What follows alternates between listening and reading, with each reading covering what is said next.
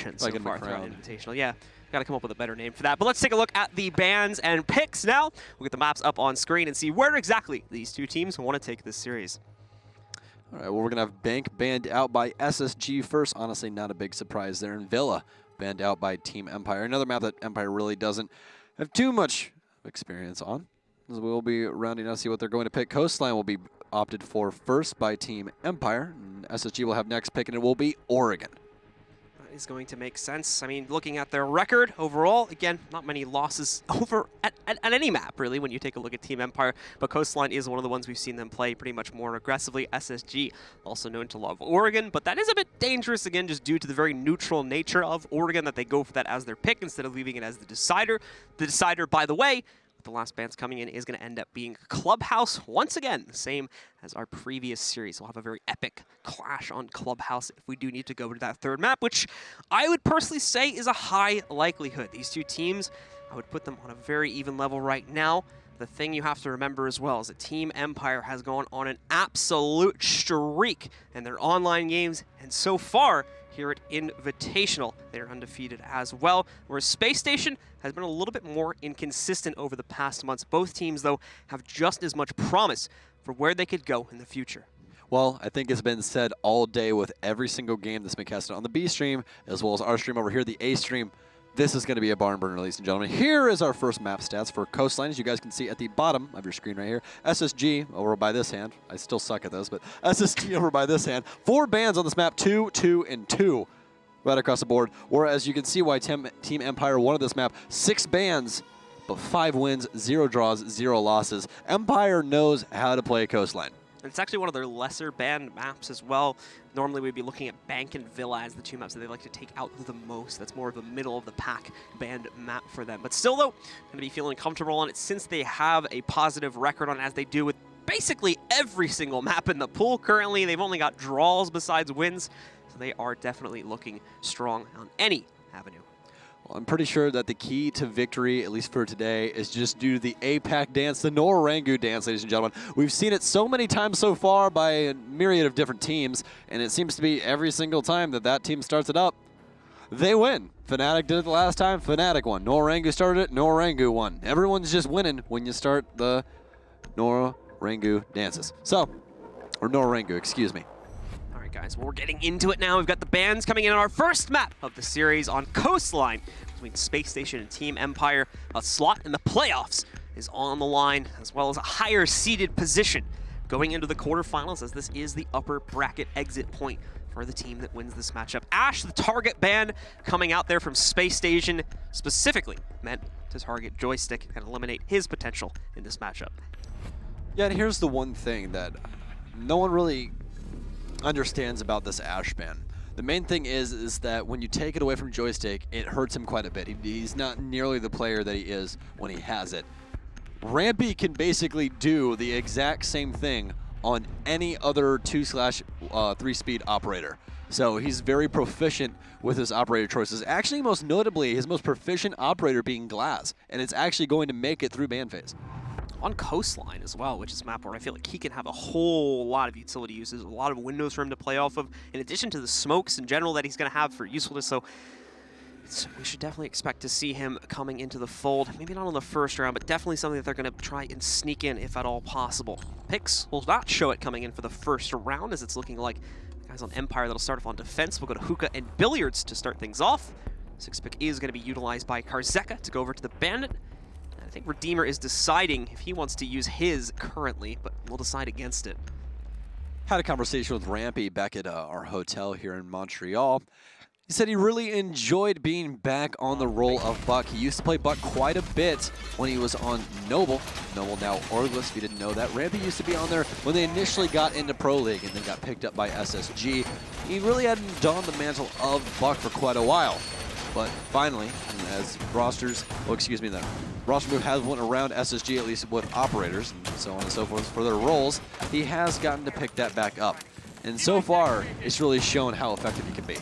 So Hookah and Billiards will be the initial site to start things off here on the 2nd floor, where Team Empire wants to take it first. You'll often see a large amount of the focus on this round being just outside the door where Scyther's at now. The attackers choose to take that route. potential for them to push into the windows that's in the room behind Scyther, which would be over here in the billiards room. Or another option open to Space Station. They can push from the complete other side of the building.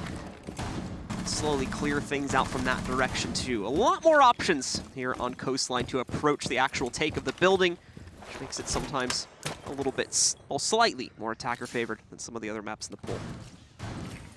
The main thing that they're going to be concerned for the defense here is Rampy on that buck. He's going to be able to open up a lot of sight lines, able to hold down a lot of angles with that ACOG and the C8, as well as the verticality here. He is able to get downstairs. This could lead to disaster. His Joystick is playing his most proficient operator on the defense, Jaeger.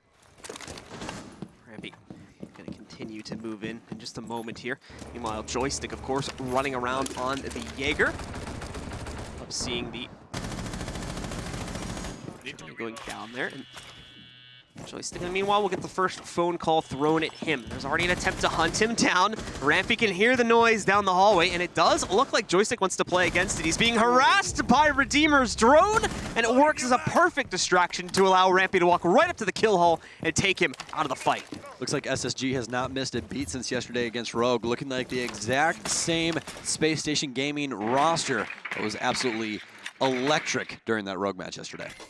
Just getting a drone into position to more so flank watch than anything else there on the top of the stairs will probably go unnoticed by anyone on Team Empire should they choose to take that route. I don't think there's much of a threat from that though, because I don't think they have too much outside sight presence on that side of the map on the first floor. Besides Joystick, who of course has already been handled. Besides that, it seems like they've got at least 3 players playing around the site and probably all 4 in fact are near the site here, playing to the inside of it, waiting for that eventual push to come in from SSG. Drone activated. SSG will stack up bodies inside of luggage. Drone going to come out from Rampy. Yes, he does it all, folks. You don't always have to be just a fragger. You can definitely, pull out your own drones, and I feel like some people kind of miss that sometimes in their own games. But he is going to jump onto the drone as Redeemer is actually playing Zofia. Haven't seen that too often. Redeemer usually is the Fragmite, a myriad of other support characters, but this time picking up Zofia with her lifeline as he puts that to good use onto the side as he will impact yet another hole. Switch things over to concussions as he will begin the execute onto site. Might have been specifically for this site, so I'll have to see if he sticks with this or carries over in a future round. They're definitely going for a very utility-focused attack right now, trying to move themselves in through billiards. Obviously, just a few issues. They're still stuck in Aquarium. This is oftentimes where teams end up getting stuck on this map and are unable to complete their push. That is going to become a problem for SSG, as they're only got about 10 seconds left. Not only that, but the C4s haven't even used it. The first one misses, and look at this. Space Station pounce. 3 kills coming out of absolutely nowhere. 2 from Thicknade, 1 from Bosco. Scyther able to trade it, but now he's left alone in this situation. The diffuser now gone down. It's all on a Scyther to bring it back. Locked into a 1v4 scenario. He's got 2 players incredibly low, but 0 post-plan intel. He will be able to catch the Dokkaebi on the way back out. There's the first, but a long way to go. Sees the shots from behind him on the stairs, just outside of the big window there. Wraps back in. He's missed the player to his left, just inside of the hallway, but no, corrects it. Just in time, we'll find the kill there. One more tap will finish off for Redeemer. Unfortunately, he's running out of ammo on the ult, and not a phrase you hear too often, but he will have time for the reload. He needs to speed up these kills, though, if he wants this clutch, as he's very quickly running out of time. And as a reminder, it's a longer diffuse timer here in the Pro League rule set. It just seems like he can't get it done. SSG play passive enough to wait out the time, and Rampy finally finds the final kill of the round. Beautifully executed by SSG there. A little bit of a toss almost at the end, as Scyther was starting to come back, but what do you expect from that Alda? The gun's an absolute monster. 3 separate gunfights, didn't even have to reload.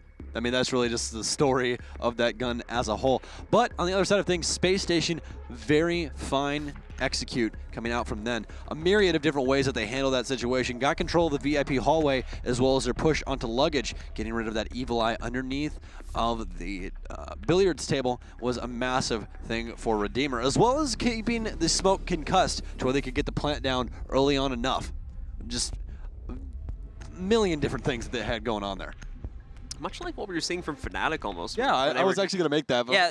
I think it's too early. I don't know. Well, we'll have to see how future rounds go, but that execute very much reminded me of Fnatic, with what we were seeing back in the first game. These really explosive executes. I mean, it comes down to like 10 or 15 seconds. It's like there's no way they're going to be able to get in time, and then all of a sudden, 3-4 kills pop up on the board, and they somehow win that situation. This is wild to me that can happen. Because you know what I mean? Like, we casually play the game. It's like, oh, there's 15 seconds left. There's nothing. We're not winning this, boys. Yeah. Yeah. It's over, boys. Back up your bag. Get ready for the next one. Yeah, exactly. Mission failed. We'll get him next time. Mission failed. We'll get him next time. Yeah, but no, I mean, not for Fnatic, not for SSG. These guys, I mean, it honestly, you know what it really reminds me of? What's that? Reminds me of Vitality. The reason being that there is a famous quote by the famous Canadian Parker and Taro Mackay, in which there's 3 things that are true in the world: death, taxes, and that Vitality will push in the last 30 seconds. And it seems to be that might be coming back. With multiple teams as well, and for multiple regions, it would seem, especially Space Station shows us something like that in a future round. And that wasn't just a one-time thing. We had Fnatic doing that constantly. In fact, it was almost every single attacking round they were forced into a situation like that, but it oftentimes would work for them. So we'll see if Space Station want to adopt the same policy, or they're going to favor more faster and safer timed executes for their own strategies. To start, once again, it's going to be a bit of a slow lead up for the guys on SSG. Barely even entering the building just as of yet. Already using up about a minute on their timer here. They won't spend most of that droning out the top floor, figuring out where the setup is going to go. Obviously, as those of you who know the game will have saw, we are going to be playing on the same site we were in the last round. And the setup from the defenders is pretty much exactly the same, especially when it comes to utility positioning. So Scyther's Evil Eyes, I believe, are both in the same exact spot. That should be the same for pretty much the most of the utility there on Empire right now.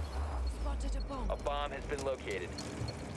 Rampy going to continue his play on Buck since Ash is banned. Ash is actually his most played operator on the offense. But again, like I said earlier, he is no stranger to some good old-fashioned Buck play. That skeleton key is so useful in so many instances. And it looks like they will be addressing this the exact same way. Chala, Rampy, Luggage Hallway, name a better duo, I'll wait. In fact, I think we're actually going to see more players grouping up down the hallway to add extra pressure here. Last round, if I recall, it was only 2 or 3 players that pushed in from here. Because this time, it's going to be the whole squad trying to go. Loading concussion. And once again, they'll use Zofia as their primer. She'll have to move in. Spots the Evil Eye. Again, like I said, same spot, so it's not going to be too much trouble for Redeemer to just knock that out once again. And another one. He got them both. Did he actually? Yes, he actually impacted that one over inside of the hookah. Just knew where it was already, yeah. It's played out. Yeah, pretty much. Bit predictable there, of course, with Scyther, like we said, putting him in the same exact positions, and I think it was safe to assume that that would have been the case, considering he knocked out the first one on the same spot. So once again, finds at the phone call.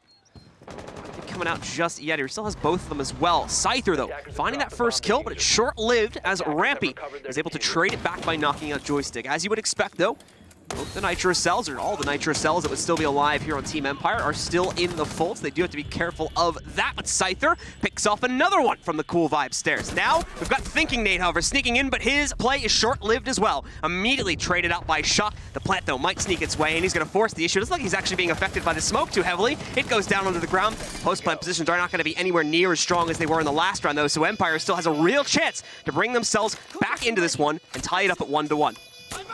A massive kill as you guys saw Shepard get taken out by Redeemer. It's all left up to Chala and Redeemer for SSG to try and clutch this up. It's a 2v2 against 2 of the most hard-set defender ops. As Shockwave will take the, Shockwave will take the peak. Just hasn't, cut down to Shock. But Redeemer will win that from behind bar, and yet another round goes SSG's way. They're starting this one off pretty hot.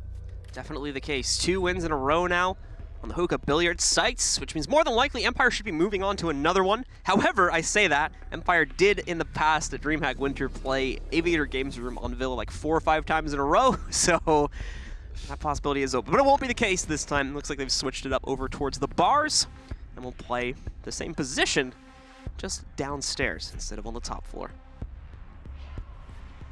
It's actually going to start pulling up these stats from yesterday. I want to see exactly how SSG performed against Rogue yesterday, because we actually did not have the chance to see it ourselves, which was a little bit disappointing, but we were mid-cast. And actually, it appears that Bosco and Thinking Nate both dropped 20 kills overall for that matchup. Just followed up by the rest of their team. Redeemer coming in with 10 overall, Chala coming in with 12 overall, and Rampy coming in with 13 overall. So Rampy actually having the lowest rating of his entire team during that matchup, but I mean, really did not show just due to the fact of Space Station basically ending Rogue on every side of every map. Yeah. Again, looking at Some very, very impactful players coming out of that, specifically Bosco, who ended up with an 85% cost at the end of that matchup as well. Insane. Which is insane indeed. A 1.41 rating, too, which is also pretty high from the ratings I've seen in Siege in the few months that I've been here. So we are going to end up, like we said before, switching down to the downstairs bars this time around. Heading out to defuse a bomb. Empire, though, still have to play the upstairs rooms in order to defend this site appropriately, as they can't allow SSG to take this. Once again, the destructible terrain allows for floors and ceilings to be destroyed in addition to walls, meaning that if you can take a room that has destructible floors on top of a site, you can very easily harass the players below or above you Bomb located by attackers. by using some soft breach to open those floors and ceilings up. Sticky Nade will see one of the windows has been broken at the bottom. This is the main thing that you can actually do from outside of the window as well. You can actually punch the lower part of the window and play those very tight little angles with those ACOGs. It's actually a pretty effective strategy, but also it makes it to where the window is one shot, as you will see Chala punch that open. Rampy going to start doing some home improvement on the Sunrise Bar as Bosco begins to take over vertical control. It'll be probably a slow, actually a little bit faster lead up, I would say, this time for SSG. Rampy's already gotten himself to the inside. He's got a nade ready to go. Might sink as well. No, unfortunately, it's going to bounce off the ceiling in a bit of an awkward way. Won't go into the corner where Shepard was positioned. The second one, however, knocks off a little over 30 HP from Scyther, so it does good damage to him. However, no outright kills, so the nades will not be a success. And there we go. The two stun grenades moving in, but it won't seem to matter. Both Shepard and Scyther hold the line against Chala and Rampy, taking them both out. Scyther finally meets his end, but it's only temporary. He's been brought into the down state. Redeemer, I believe, will know this. Fortunately, they're not able to kill him, and they're using the dead body as bait now. Shepard able to pick up another kill, catching Redeemer as he tries to push forward. Leaves only 2 alive from Space Station. The first time so far in this map we've seen them run into a wall here. Also buys the time for Scyther to get back up and into the game. However, we'll see Shepard pick up one final kill against Thinking Nade, leaving only Bosco in the fight. The 5-9 will take care of him, though, as Scyther finishes it off for Empire.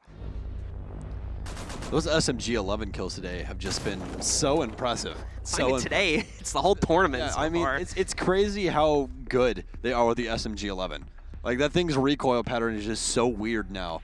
And it's just, you know, just minor improvements. But I will say the biggest thing right there is that SSG really just fed the beast that is Empire. They all tried to focus on the one side of Sunrise Bar, walked in and just got eliminated, all trying to focus on Scyther behind the bar. They want to more or less focus on other places to try and take over first. They tried to get, you know, too bottom heavy, I would say. They really didn't focus too much on the upstairs take at all, allowing Empire to really come back on this match. Not nearly as much of a focus on roam clears as we had seen in the past 2 rounds either, where they're usually able to get at least 1, if not 2 kills off of that. And then you also have just the general lack of successful utility usage. Like we had the stun grenades coming in from Zofia, but that was pretty much about it. The grenades from Rampy didn't find much effectiveness. I don't even know if we ever saw a phone call come out from Chala throughout the course of that. And as a result, as you were mentioning, it was basically just Space Station feeding directly into Empire's setup, so they were able to shut them down without too much stress that time. We had a couple close shaves with trades, but overall, Team Empire were never at risk of losing either site throughout the course of that round. Yeah, and actually some very, very cool stats that we just brought up. Ash actually only has an 8% ban rate, but she has a 71.7% pick rate when she's in the match. Interesting. I mean, the ban rate would, what I would argue would probably like, I would bet like 90% of those bans are against Empire as well. Probably. She's played 554 rounds, by the way. Makes sense, because he's very easy to deal with in terms of just, I mean, not really taking her down. It's just some players are so good with her that you need to target ban, and that's exactly what we saw in this instance. Yeah, there's only a handful that deserve the respect of an Ash ban, and the only 2 really for me are going to be Joystick and Nesk from Liquid. Yeah. Those are the 2 that ring in my mind. It's interesting, though, as you mentioned, though, how imbalanced the stats are with the pick and ban rate, considering her perceived strength amongst the community. It's just a very, it's a hot button topic, I would say. There's a lot of different opinions on it. But, you know, as they are going to focus up back on top. Last time that they went to this site, they won. They've actually won both of their attack rounds attacking this site, and Empire's going to go back to it. Empire not too confident in their kitchen game, apparently. Rampy will start to open things up over inside of Aquarium for the side of SSG. Was halfway through the round here as they are just now getting intel on site. They still need to disperse a lot of this utility that the defense has dedicated, especially those Evil Eyes. Those are definitely going to come back to bite them. And they've stacked on a couple of Nitro Cells. Can we actually switch over to Bandit, please? I'd really appreciate that to see if he has a Nitro Cell on him. And yes, he does. Thank you, sir. I appreciate it. So we'll be looking to Bandit to try and pull off a Nitro Cell bomb later has on been in the located. round. It also makes question, well, I'm going to answer this one actually. Because of the Mira ban as well, that also means that the Empire probably are not going to feel too confident to go over towards Penthouse, one that kind of heavily relies on Mira to be able to find a lot of early round intel. So with her banned out, Penthouse is a much less appetizing sight to these defenders all of a sudden. I imagine that's probably going to be true for Space Station as well, but a lot of that comes down to, I think, team's personal preference. Joystick gonna find a little bit of trouble inside of Blue Bar, but actually gonna get around Rampy. It's been these two going back and forth constantly throughout this map so far, and Joystick gonna come out top, and this, as well as Joystick, will maintain his presence downstairs in office. Shala starting to look to see if he can get aggressive. Thinking they're going to get taken out by Scyther. Absolutely ripped apart by that all. Nitro Cell's not going to make any contact at all. They do have Bosco out on tarps. This might be the big thing to try and take people down. It's going to be Shepard. Is he's going to get taken down. Chala's going to find one of his own. Joystick trying to make his presence known downstairs. Shockwave will find Chala, though, as Bosco will find another one. That will be a trade back onto Shock. It's a 2v2 situation. Diffuser is down. Definitely winnable by the defense here. Scyther is still alive, though, and the last time he ended up finding 3. It's a very close round. Joystick rotating through luggage as his phone's still ringing. Bosco's going to find him from the roof, though. So they know that Bosco is still on top. He's only got 1 to find, possibly. But no, Bosco will jump down to the aquarium balcony. He's going to see him playing his time in Redeemer. We'll be able to find him from the bar. Beautifully played by Space Station Gaming. Yeah, a great setup specifically to get their plant onto the ground there from SSG. Every single player that tried to challenge the defuse plant from Empire was dead within a second of popping up into the open there. That was really good from Space Station, just have that entire site locked down. Knew exactly where Empire were going to try to push them from, and every single time, I think it was 3, if not 4 players, yeah, I think 3 exactly, just getting locked out entirely there. Never had a chance really to respond. The Space Station going for the plant. Really well secured by them and a much more solid site take. But obviously Empire, again, not going to try this site for a 4th time unsuccessfully, so they are finally going to change it up over to kitchen and service entrance just to try this out and hope that Space Station's take is not as successful here. I think the main thing for me right there is the adjustment that SSG made. They lost Rampy pretty early on due to that Joystick fight, but that did not stop them from getting the diffuser down. They're playing a heavy diffuser game right now, which is good because we have not seen a lot of pure objective play. Fnatic was more focused on the objective as well. That's why we're starting to see the remnants of, you know, SSG and Fnatic really finagling with each other. But I think the biggest thing for me was that rotation by Bosco over to Purple Tarp. Because without him, Shepard gets those smoke grenades off, and that completely changes that round. Joystick will be able to rotate inside a blue bar and stop the diffuse. But instead, diffuser goes down, Bosco making a huge impact on that round. So, Empire will have to hope that they can find success here on the kitchen site. 10 seconds remaining. Space Station still bringing their standard layout to the table. Nothing crazy like a Montaigne or whatnot coming into the fold here to try and force the planet service entrance like we would sometimes see in this matchup. Still going to be playing it straightforward, but they do still have to worry about things like that. We've already seen how successful Space Station and how powerful their general executes have been so far on this map. There's no reason to believe why they can't quickly set something up through the service entry to be able to find a fast plant there. You see how top-heavy Empire is right here. Scyther has 8 kills, everyone kind of tailing behind, whereas SSG is more divided out in what's going on. And that's kind of been the tale of the tape so far for this entire land for them. Really showed up as well in Rogue. They did get a little bit more top-heavy there during the end where Thinking Nade and Bosco really shined. But besides that, everyone pretty consistent across the board.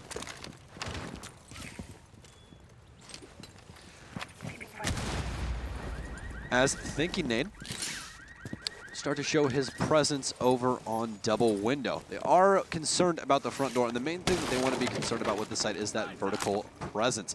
If they can take over VIP as well as Penthouse, they are in a good spot to try and win this. More than likely, they will have Joystick playing up top to try and defend this, and yes, you can see him over here inside of the theater room. Joystick still make these moves forward, trying to directly contest Chala in the meanwhile. It's going to be regrouping with the rest of SSG as they start their push, again, primarily to try and isolate out, focusing a lot more like we were seeing in the early rounds on roam clearing early on here, since they still have the extra 40 seconds or so before they really have to hard focus on the actual execute. Joystick, though, will still be causing problems for inside of the theater. It doesn't look like the relief is coming anytime soon. They have to try and directly contest him, but it's Karzeka that ends up falling first instead by Redeemer. Joystick, however, still with his presence on the inside of theater, is able to trade it right back. He takes down Chala. Another player has actually gone down from Space Station as well. There, Thatcher, thinking Nate is going to be moving outside to get reset really quickly, so he'll be brought back up. Rezzed by Bosco to keep SSG alive at 4. Joystick, doing as he usually does, getting aggressive, and he's going to find Rampy once again. Rampy just not ready for this pure aggression that Joystick has. He knows that there's another one up there due to the fact that he did get hit by one of Redeemer's concussions, but Redeemer will find him, and Redeemer has been so consistent on the Sophia so far. Very, very smart play coming out from him throughout all of these rounds that they've won. He's really came down to the clutch multiple times so far. This is definitely showing, once again, as he is going to take out Joystick. Karzeka already down as Vigil as well, so it's really down to just the bare bones sight holders for Empire. Scyther continuing to look for any pushes that we might see from SSG moving in through the main doorway. With time getting low, the odds of him catching someone increase ever exponentially here. Reminder, Space Station, besides that top control, has barely even moved into the first floor, where they actually need to push the site here. Time is not in their favor, and now they are forced to go for the direct walk-in at service entrance and try to plant from there. They have the upstairs control at least, so they're going to be able to stop tomfoolery from that direction, but there's still 3 toxic grenades ready to be tossed out here. And not only that, but Scyther's still alive. Him and Shepard will be able to take down the 2-man push from the inside of the door, and the 3rd man is never even truly seen. Empire hold the kitchen and pick up a 2nd round for themselves. Very clean hold by Empire, right? They really just got down to time wasted by Space Station. They lagged a little bit behind upstairs, which really came back to bite them later on in the round after they cleared out those roamers. They would have been able to initiate that rotate just a little bit faster. Could have been a different round, but they had to rush their way through the service entrance and immediately got punished for it. Tried to make that bear fruit, but it just more or less bore bullets. That's about it. Well, I'll have to put the blame on Joystick for that one, as he did a fantastic job of wasting time inside of the penthouse theater area. Picked up 2 kills before eventually getting traded out, but left the players of Space Station 2 players down, and as well, with only about 30 seconds to actually execute onto a site, which became a big problem for them in that round. At 3-2, Empire are about to tie this up. It's also the final round of the half of them, and their last chance to make an impact on the defensive side here. Scyther still leading the charge in the fragging department, where there's much more of an even situation over on SSG's stats. And I think the biggest thing for me right now is that Redeemer has been so consistent once again throughout all of these rounds. He's actually bringing up the top of his scoreboard right now, 5-3, and he's actually has the lowest stats overall for the entire season. He's got a .86 rating. Who is this now? Whereas Rampy has a 1.31. His mains so far this season have been Capital and Pulse. So really changing up his playstyle, which, when we did talk to SSG, that was their main thing. Like, we went through a lot of role changes, and we feel really comfortable with what we have going on right now, and it's really showing. Definitely the case. A few bumps in the road here, as Empire has been able to successfully defend 2 of the sites they played on so far, but SSG has also been able to breach them multiple times, especially when it comes to the upstairs sites. That's all been taken hookah and the billiards room, where Space Station has had a much larger degree of success so far. Drone ready. So drone play will start to come out from SSG, and this seems to be the exact same take and mistake that they made last time, really focusing over here on the north side of the building. As a Nitro Cell will come out, not going to make any contact though. Bosco going to catch him with a nade, and I believe that was a double-decker. I think 2 nades actually came in there. He got down and then instantaneously killed by Bosco's grenade. So, thinking nade though, going to start focusing his sights upstairs on the hookah bar, where Joystick and Karzeka lie in wait. Karzeka will make an impact into Cool Vibes. Things will begin to pop up with Redeemer with the plant. Was off point on the last round, and speaking of off point, well, those 2 players, Redeemer and Chala, are going to be lifted off the point by Shepard. Raise them both down, leaves only 3 standing, but there comes the trade. Both Thinking Nate and Bosco from up on top as well. They're going to try to find impact. Joystick looking to do the same, though. Continues to hold back the members of SSG. Joystick finding another one. Shepard having one of the last members of Space Station locked into a corner here, while the attempt of the plant will finally go down the corner. They've got it pinged though. Joystick's gonna leap in, try to stop this. He's doing it into the corner. He knows he's been found out, but it will not matter. Shepard moves in, eliminates Rampy, leaving Bosco alone in a 1v2, but he knows he's already got one low. That's Joystick, and he's already found the elimination against him. 1 minute and 18 seconds left here too. Bosco can get very creative with this if he wants to. but it does not appear as if that's going to be the case, at least not right now. He's trying to play this incredibly passive fashion. Tosses the drone out to have his teammates assist him here. In the event that he does go for the peek, he might be able to compensate by peeking out himself. Now he will outright check the drone. Trying to see if he can utilize this. He'll end up going away, and Shepard lines up the shot on a 11 once again to take out Bosco and pick up yet another round for Empire, tying us up at 3-3 on halftime. Masterfully done by Shepard, playing directly off of the bomb chassis. Came very, very close, but once again, Spacestation just not addressing the upstairs appropriately and getting punished for that, as the diffuser was actually almost down until Joystick decided to lay down on the ground and shoot the planter. So, I mean, again, just it's the little things. It's always the little things. You have to choose where to take it. If you're going to allow the roam game to have an effect, you have to have a way to counter it. And they definitely did not have a way to counter it. Even bringing somebody with smokes. That could be a thing. Bring Capitao if you want to smoke off the hash where he's and make him commit. Well, okay. Might have another interrogation coming out today. We've got a lot of odd operator picks here so far. It's so much fun. We've had a Frost main on Cash Site back on Clubhouse in the last game, and that was Virtue, if I remember correctly, that was doing that. Now we've got, I think this is like the 4th or 5th team I've seen bring a Caviera pick into it now. So definitely been a crazy thing. We had a lot of Caviera specifically for some reason. And it's been successful. Yeah. I mean, it's hilarious because Caviera used to be such a meme of the competitive community. Everyone's like, oh, she's so useless, so high risk, high reward. And everyone's like, I'll play her. Like, Vertical gets that interrogation clip, and then everyone's like, hey, we can play Cav too. Hey, this scene's pretty cool. Maybe we can do this. This is pretty hype. I like people yelling over me, stabbing people. It's fun. It's a good time. So we'll see once again if the Caviera makes its mark on this round for SSG as they start off their defense. Definitely a map where he should be able to roam around without too much trouble. It's a big map. And for Empire, on the opposite side of things, they're looking to keep these last few rounds that they've chained together at the end of their defensive side in check to be able to follow that through. The same thing on the attacking side. Take control. Attackers have Their located map a pick bomb. here on Coastline. It's going to be mainly droning coming in from the south side to start things off. They'll move in, probably taking a relatively similar route on these sites that we saw from SSG. The emphasis on Aquarium, following it through into an attempted plant in Billiards there, the A site. That's currently the game. Oh, hates that. There we go. Actually, ladies and gentlemen, while we do have this little bit of downtime, I do want to say one thing that is going to be a big part of today, ladies and gentlemen. Milos the Medic, Ghassan, will be here casting later today, ladies and gentlemen. Out sick, and we don't want to stress out a ton of people. Besides that, it's not Emzo's fault. His voice is kind of going out. But we will have Milos here. He just got off the plane a little bit ago. He'll be here later on today for a couple of matches. So if you're a Milos fan, let's get that spam going in chat for our boy from across the pond, as we will continue down this line of such a competitive map here on Coastline. What a champ. Flying across the pond and then coming right to work. He's like, I'm energized. He's I'm ready. committed. It's a good man right there. Yes, sir. Yes, sir. So you guys thank him.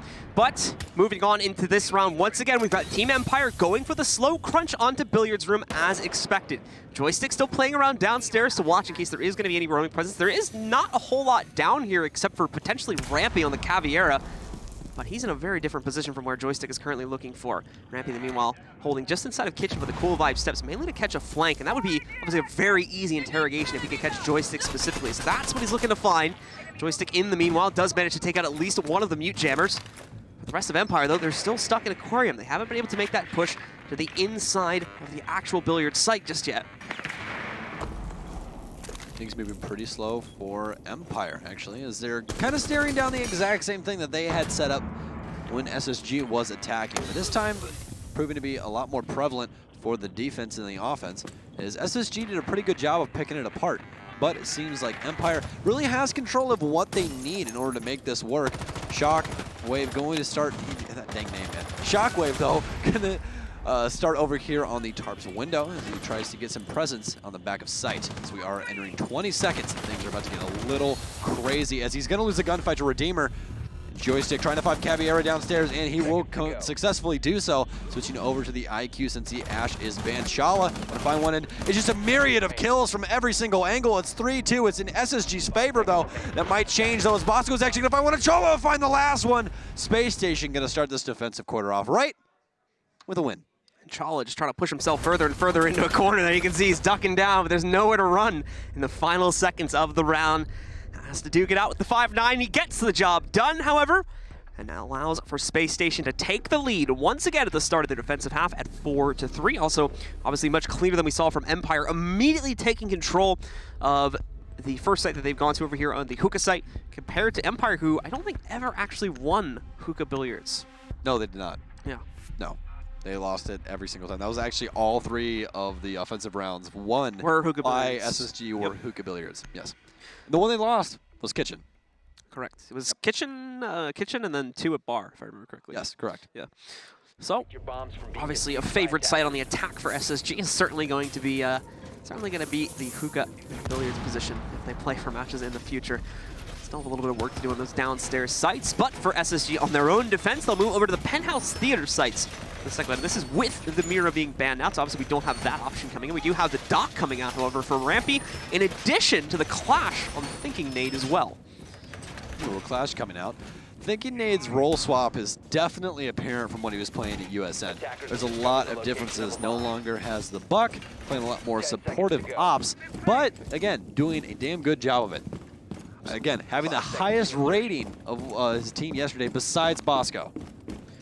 And certainly showing up across the board has been most of Space Station Gaming. Their tactics have been working out brilliantly for them so far, even seeming to potentially allow them to have a lead against Team Empire, who, at least from an online perspective, has seemed unstoppable leading up to the 6th Invitational. It's very much the storyline is who can stop Empire, who can finally cause them to lose a match, especially here on land. And it seems like so far, Space Station might just be the team to at least contest these guys first.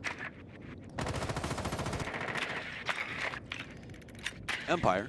I'm going to start things off with a little bit of information game inside of VIP. They're going to see there's a very unique setup going on. They actually have a couple of soft walls on the VIP wall, and Evil Eye getting played next to the feet of Thinking Nade, as well as a shield with Rampy lying in wait behind it. Which is, Bomb located by overall, attackers. this could be a very weird take by Empire. There's a lot of things for them to address. Do you try and challenge and try and get rid of the shield into a Doc who can eat a lot of bullets, or are you going to try and get rid of the Thinking Nade with the clash first? Seems like they're going to go for the Rampy route, as I believe a nade is going to catch out the shield, and then Scyther will be able to clean that one up top. So the Doc goes down. The first engagement that he will take, no damage being returned onto him or onto the player that take him down either, or on anyone from Team Empire. So it's a clean kill to start off the round for these guys. Meanwhile, SSG still plays close to the chest on the site inside of Theater and the penthouse right now as they wait for the eventual push to come in from Empire. Empire, by the way, we've been on drones for like 70 or 80% of this round so far, so you can tell Empire is spending a lot of time to make sure they don't miss anything so that they can go, I believe, for one very decisive push to just end this round in one fell swoop. Well, they won't lose for lack of information. We know that for a fact. As they continue to run these drones around the map, they more or less know that everyone is held up inside of the theater room. We only have one person off of site. That's going to be Chala over here inside of Aquarium. He is going to go on rotate now. He needs to make this rotate quickly, though. The Shockwave will find Redeemer. That's going to mean no more Evil Eyes for the defense. The Shock lying in wait for another kill. Thinking Nade, though, is going to have the information. Shock is going to match up his drone with yet another that was sitting on the balcony. Joystick as well, starting to work his way up those main stairs for a pinch into Theater. It's very much going to be a battle of whose pinch is more successful. It looks like, however, that the Space Station one has already been read, and look at that, Joystick just ripping the 2 players in sight to pieces. Chala not having a hope in the world right there. Space Station fall to pieces on the penthouse site. Team Empire take a very definitive round in their favor. I actually despise those uniforms that they have on everybody. Oh, the spaghetti uniforms? Yeah, I heard somebody call them pizza roll uniforms. It's like, oh. I know why they do it. You can blend in with walls with those on specific maps, actually. It makes you... I think more than anything, it makes it hard to tell like who is who, like what operator is who. That was a big thing with the banana skins from the Chimera set. It's very difficult. But yeah, I can definitely see how that could make things a little bit more difficult. So that's what players have gone for a little bit of a tactical advantage, I suppose. We'll see as we get into this next round whether we're going to have a little bit more success down in the kitchen and service entrance sites here for SSG. So obviously Penthouse did not work out too well, and the lack of a Mira really pushed them to the outside of the master bedroom Penthouse itself without too much of a way to get back into it. Not only that, but they just outright end up getting pinched by Joystick at the end. With no one watching it, no room for a response. And even their flank that was supposed to find massive success through VIP and eventually take out the main push does not find much of an impact whatsoever. So a very successful round for Empire will send Space Station away from the site and over towards another one. Appears on Clubhouse. Most banned, excuse me, it appears on Coastline. Most banned operators for the boys of the Russian and also Estonian over there on Empire is Ying and Valkyrie. So following that pretty closely, except they did end up banning Mira. Going to assume that Valkyrie is in there because traditionally speaking, EU doesn't play too much Mira except for G2. She gets banned out pretty often over in that region, so probably haven't had to ban her out too often, but Valkyrie will be in play for this one at least. So there's going to be a little bit of information, if chosen, that SSG can use. Looks like they are going to go back, set up the site relatively the same. Different site, kind of the same setup, at least upstairs. Very much going to be the case for Space Station as they look to find success once again. It's been a bit of a seesaw match so far here, both Empire and Space Station having very definitive rounds into their own favor. Empire, of course, on the defense, just picking up all the sites that aren't hookah and billiards. And for Space Station, absolutely destroying the hookah and billiards attack sites 3 times in a row to tie us up at halftime and keep us tied apparently now as we moved into the second half. Space Station found success on their hookah billiards run, but Penthouse goes the complete opposite direction, and Team Empire take it without too much of a sweat. And this right here is the danger of Sledge, as Karzeka will make contact with that nade. And I think Nade going to catch that with his body, and it's not going to add up to be too much success for him as he will die. That is the danger of the Sledge as a whole. I mean, he's basically just Maverick for soft destruction. He's very quiet, get into multiple locations without anybody really knowing. This has knocked down SSG to just 2 operators left inside of sight, Bosco and Redeemer. Rampy actually has unfortunately disconnected. We're going to see Scyther picking up one of those final kills, leaving it all on to Bosco. Karzeka will clean things up, and we'll see Team Empire claim yet another round to bit of a lead for themselves here now, as once again, they're able to cut ahead by just 1 round over SSG, inching closer and closer to that 7-point mark, however, which is where things will start to get dangerous. Obviously, we'll pause this really quickly just to get our last player from SSG reconnected. It should only take just a second, and then we will get back into it. So far, as you said, this is pretty much just a teeter-totter of a match. Going back and forth on separate sites. I think the biggest thing for me right here is SSG playing Penthouse. Penthouse doesn't get much play anymore just because it's kind of just been decided on by the community that it's just not a very good site. I mean, all you really have to do is have presence inside of VIP and have somebody hold Hall of Fame door. That's really it. And it's a very easy plant, unless they have, you know, vertical pressure from underneath with a pulse or something along those lines. But, again, out of the other sites on this map, I personally believe that is the least defendable of the 4. No, they still felt that they would be able to pull off a win on it, but it did not end up being the case in that round a few back. And in fact, it ended up being the complete opposite. As you said, it ended up being a very easy take for Empire at the end of the day, as they basically just walked right in, forced the 3 remaining players at that point from SSG to the inside of theater. I believe it was Bosco trying to go for a flank, but that was immediately caught out by Empire, and the other 2 just ripped apart by Joystick's own flank through the main stairs to catch them off guard on the inside of theater. That set them up with a tie, and now, for the first time, they've won 2 consecutive rounds in a row, and that has set them up with the actual lead here at 5-4. Bad news indeed for SSG, unless they can carry through with a few more wins here to bring it back into their own favor. Now, it does appear, as we have the 5th player reconnected, that we're going to be starting this one up. Originally, they were going to go back to Kitchen, but they've got hookah and billiards unlocked now, so they're going to head back over to that one where they had much better success at the start of this half. And a big thing to address right now is actually most banned operator by SSG on this for attack is going to be IQ. But banning away the Ash to try and take it away from the man that is Joystick. They don't want him to be comfortable on these offensive pushes so far. He's actually seemed pretty comfortable with the IQ, but Scyther, again, the man, the myth, the legend, top of his class, per se, with rating on his team. And actually Joystick, if you didn't know, being the very bottom in rating of Empire. But he comes up with those clutches, folks, and that's why Joystick is most notably one of the most clutch players in EU.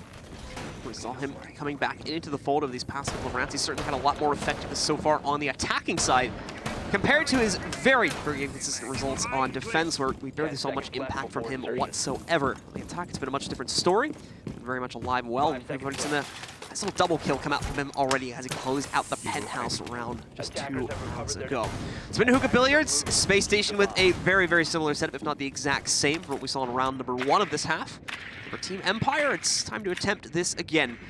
Right into the same issue we see a lot of teams running into, where they end up getting stuck towards the aquarium and are unable to actually complete the push to the inside.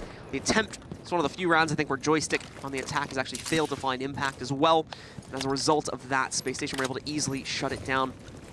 We do have, by the way, of course, in case you guys haven't noticed this already, the Caveira coming back into the fold for Rampy once again. We already saw this used once on that first round, and he's going to try it one more time to see if it can have as much effectiveness. So far, these offensive rounds for Empire have drug out quite a long time. Nothing actively happening too quickly, but they are grinding out these round wins, and that's really the important at least section of that you want to know.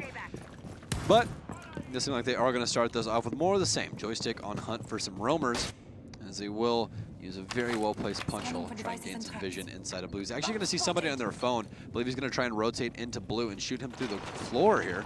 As he will start to move. It's going to be smoke, I do believe. He's going to pop a couple shots, but none of them are going to make any contact. Sadly, timing will be a virtue that Joystick is not currently going to have. Joystick will continue to wrap around, however, looking for a position where he can impact. Rampy actually might end up finding him here in a moment if Joystick isn't careful. He knows he's got presence near him, which is why he's activated the silent steps. We can quickly get away from here without making too much noise if he needs to. Oh, he's definitely going to get driven out here in a moment, though. Camera's gone. They've got 2 drones on him. Joystick's got him on lock. The immediate ping's going to be out against him. Trying to get rid of the drones, but the problem is Joystick's got him locked in behind the desk right now. He's going to give him a little bit of room to squirm here. Tries to throw out a nade. Won't work out, but thinking nade with the save comes in. Saves the Caveira's life by knocking out Joystick. Scyther trying to find Rampy on an angle from upstairs inside of the penthouse. It's not going to bear any fruit. Karzeka will hop back onto drone. They need to more or less focus on site right now. Try and burn out some utility. There's only 49 seconds left. You can't play with these roamers too much longer, or you will be punished for that. Won't have enough time to execute on a site. Bad news bears, though, is Bosco still has all of his toxic babes. Karzeka getting ready to commit his grenade to this as well. He's already propped it up, so he's going to be unable to stop it now, even though the smoke is thrown against him. It will end up being a miss for the most part. The Havana as well, and that will be Shockwave. Will be brought down to just about 1 or 2 HP as well as a result from that smoke. Karzeka also losing almost half of his. Empire being stunted slowly, and now the kills will move in. Rampy on that Caveira picking up an outright kill against Scyther on the outside.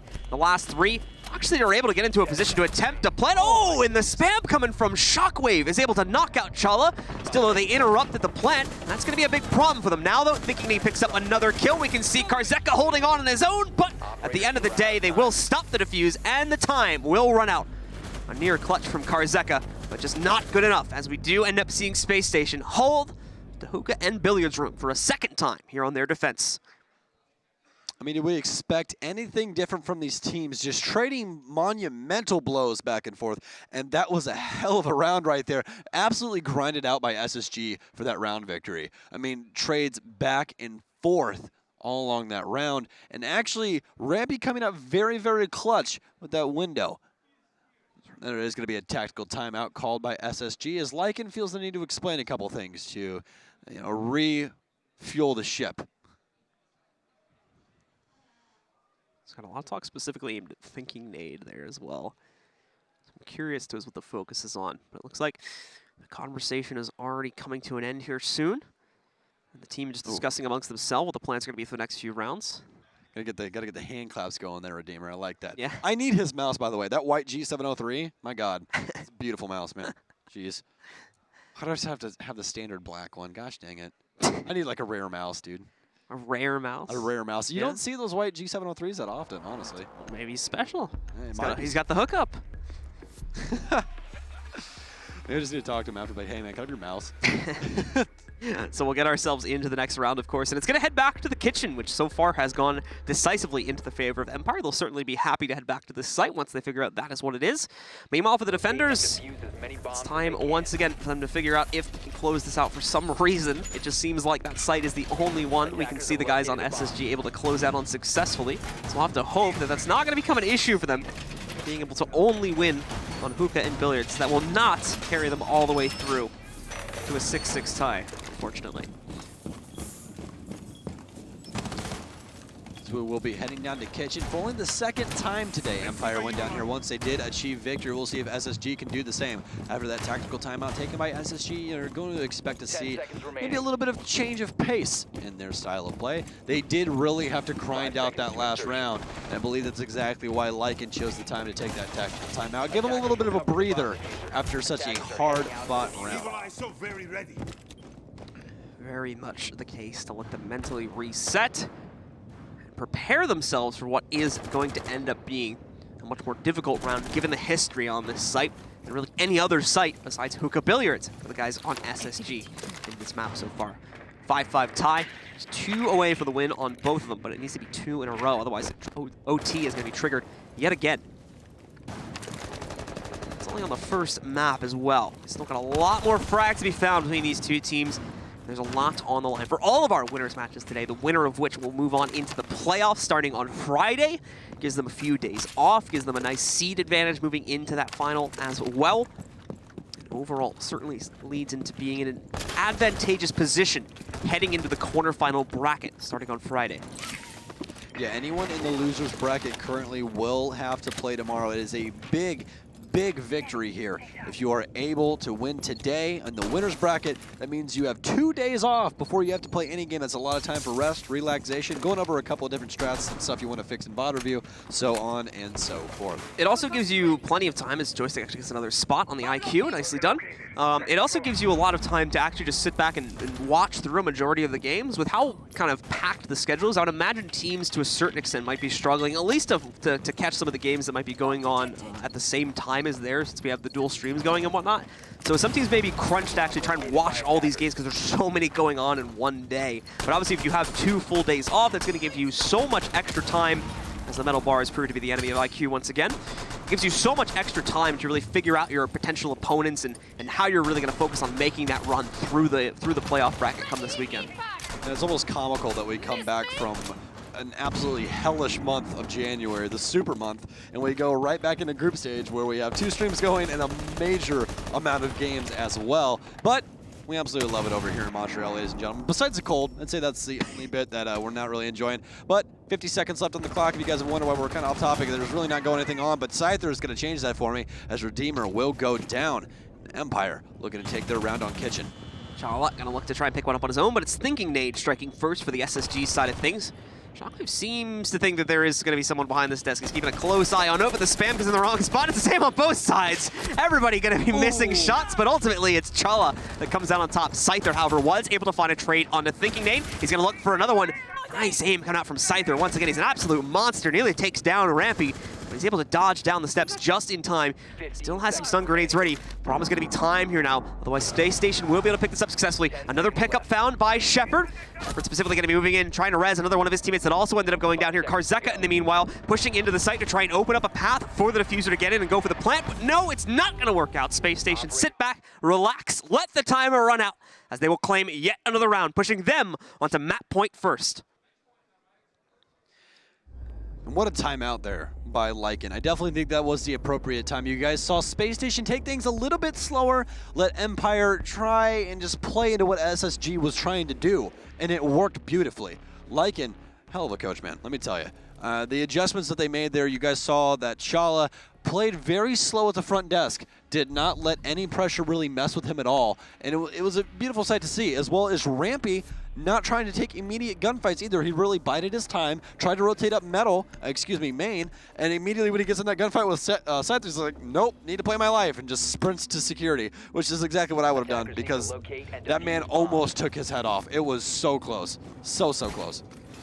So this is the chance, now the only chance, unfortunately, for SSG to be able to shut this map down. Otherwise, with a response from Empire, which honestly would be the expected result at this point, given how we have traded out rounds in the past. That means we would go to overtime to settle this one. SSG will begin to set up their site. And the big key factor here is just those anchor players are going to come up huge on this particular site, which is going to be Sunrise and Blue Bar. It's the bar split, as we know so well. Obviously the wall into the courtyard left completely open so that Empire won't be able to utilize that position as effectively. They maybe push themselves into the site. It basically becomes a shooting gallery for the members of SSG. They are able to find anyone outside there. For Empire though, drone game obviously will be the name of the game to start things off for them. So they'll be holding back, trying to figure out the setup here for Spacestation before they commit anything too heavily into the building itself. And I expect this to be another slow take from Empire. It's already seeming to be that way. They've done a very good job with information so far, but I mean, the key note about that last one is that SSG was ready for that late information game. And I think that they're going to be ready for it this time. I think Empire needs to go back to the bare roots real quick, get that speed back that they've been so influential with, trying to shove it onto site. Sophia going to continue to wait for an opportunity to push himself forward a little bit more. They end up being played by by Scyther. Instead playing on Sledge this time. So he's going to also start to move through with Scyther himself. He's getting a little bit of droning done right now for him to let Karzeka slowly start to inch his way into the site. Remember, that opening into the courtyard also serves as an easy way for Spacestation to move out themselves if they have roaming presence and try to deny any more direct plants in that room, which will, for the most part, probably end up being avoided by that wall as a result of it being blasted open. As the map slowly creeps into Empire's favor, at least upstairs. We got Scyther down here in office. He's just maintaining contention from the inside of office. A frag grenade will rain through the wall of Blue Bar, but nothing really going to come of it. Bosco going to dedicate its first Toxic Babe to office. It's only really going to light up Scyther just a little bit. Loses just about 25 HP. As Karzeka's looking for an angle to try and find the head of Bosco. That angle is going to be a little bit too tight for him. This is actually a crazy angle. He tries to flick onto the the Toxic Babe in the air. But he's not going to be able to find any fruit from that one. As we are just under the minute mark here with basically no damage done to anyone except Scyther. This is great though, because I think Team Empire is wanting to engage as many players as possible in hopes of giving them an even gunfight. I just don't know how well that's going to end up playing into their favor. Joystick walks right up on Rampy, who's seemingly not even there, or on a drone or something. But either way, or on a camera, I guess in the case of the defenders, but either way, he's going to find himself getting knocked out of the match. However, Joystick will be caught by Thinking Nate in the meanwhile as he pushes up to Aquarium. Shepard, with really no time left to play with here, is going to be forced into going directly for the diffuser. Nice catch by Karzeka. Takes the Nitro Cell out from the air, and there we go. The diffuser goes down. SSG continue to get wiped out player by player, but Chala's hoping to keep that alive. He's found one of his own, knocking out Karzeka, bringing this into a 2v2. The bad news here for Team Empire is that both Scyther and Shepard have been heavily lit. The same can be said for Chala though, and they are already in post-plant positions. This leaves them a lot more safer to maneuver. It's a lot less pressure on them compared to SSG right now. Chala though, already going to be jumping on the counter defuse, but he's taken down by Scyther from across the way. Follows that up with another one. 2 instant headshots from Scyther to shut it all down, giving it to Team Empire, tying us up and taking us to overtime on map number 1. This has been speculated to be the match of the day, ladies and gentlemen. Spacestation Gaming versus Team Empire, and they're definitely showing why right now. First map, we're already headed to overtime here on the beautiful Coastline. As the team that will start offense will be the boys of Empire. Coastline, a pretty split map on defense side. Again, everything in this current meta is defensive sided. So if you get defense, you're a little bit more of a chance of winning that map, but it's nothing that Empire can't deal with. As you guys saw, I mean, we got all the way here. They both won 3 rounds on each side, so it's pretty even right now for both of these teams. Yeah, pretty much. It was an even 3-3 split on both the halves so far. For some reason, SSG focused very heavily on their wins just on hookah billiards. In fact, I think 5 out of 6 of the rounds won were all on hookah billiards for them. 6 finally was picked up back on the kitchen site, and they took that pause. But the response eventually came in from Team Empire the round afterwards. Just the round you saw now, in fact. Now that has sent us into overtime with a possibility or that. What's up? Scyther has 17 kills. Oh yeah. He's continuing to run that up right now. He's definitely been the highlight player here so far, and it's been on multiple operators too. Saw him playing a whole lot of Zofia so far on the attack and on the defense. He's been tearing it up. 5 seconds remaining. Looks like they're going to go back. Relatively the same thing, but just elevated one level. They're going to go back up to Billiards and Hookah. As they are going to set up the blue bar, relatively the same. No reinforcements dedicated down there. Just going to open up the wall that faces in towards square. This joystick will start his drone game. Last time, came down here, punched a hole, tried to find anybody playing down in the blue/sunrise bar area from office. And he found some success with his rotate over to Cool Vibes, but eventually got taken out as Empire actually ended up losing that round. Got the rest of Team Empire ready to start their move to the inside here. Shepard actually almost finding himself in a little bit of an engagement after he pops the big window open. Will safely be able to escape. Scyther, in the meanwhile, has now entered the building. He'll start his run through Penthouse to start working his way through the other side.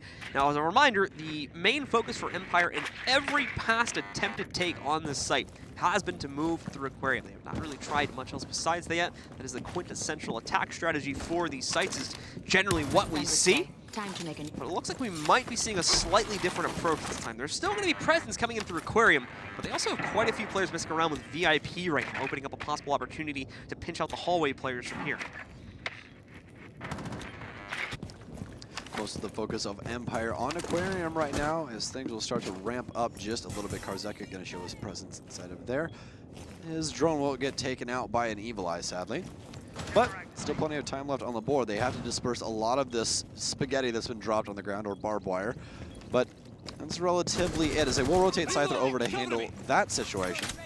Things should start to get pretty committed, at least. They really don't have anything besides the Lifeline, as well as 2 smokes in the hand of Doke to really handle these ADSs.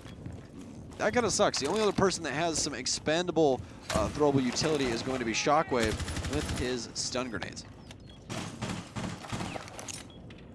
Karzeka ready to move in with normal grenades that he has to toss out. Unfortunately, off the mark. No one from SSG playing directly behind that wall, as far as I can tell, at all.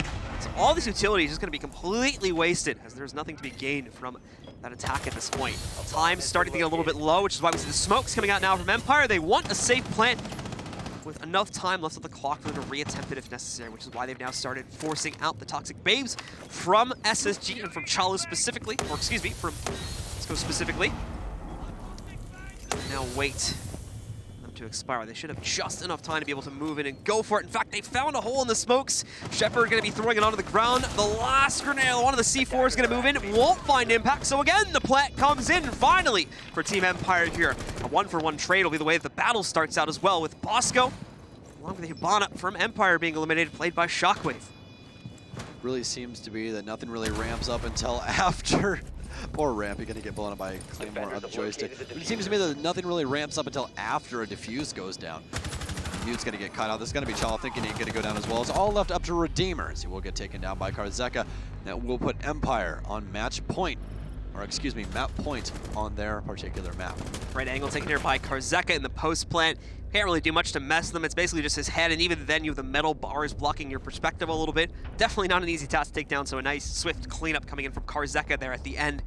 And this will set Empire into a very good position, having won that opening attack round on the site that prior to this, the guys from SSG had been flawless on. So now Empire can go to these Blue Bar and Sunrise Bar sites, or really any other site except for Hookah Billiards, and have a very, very good chance of closing it out 8-6.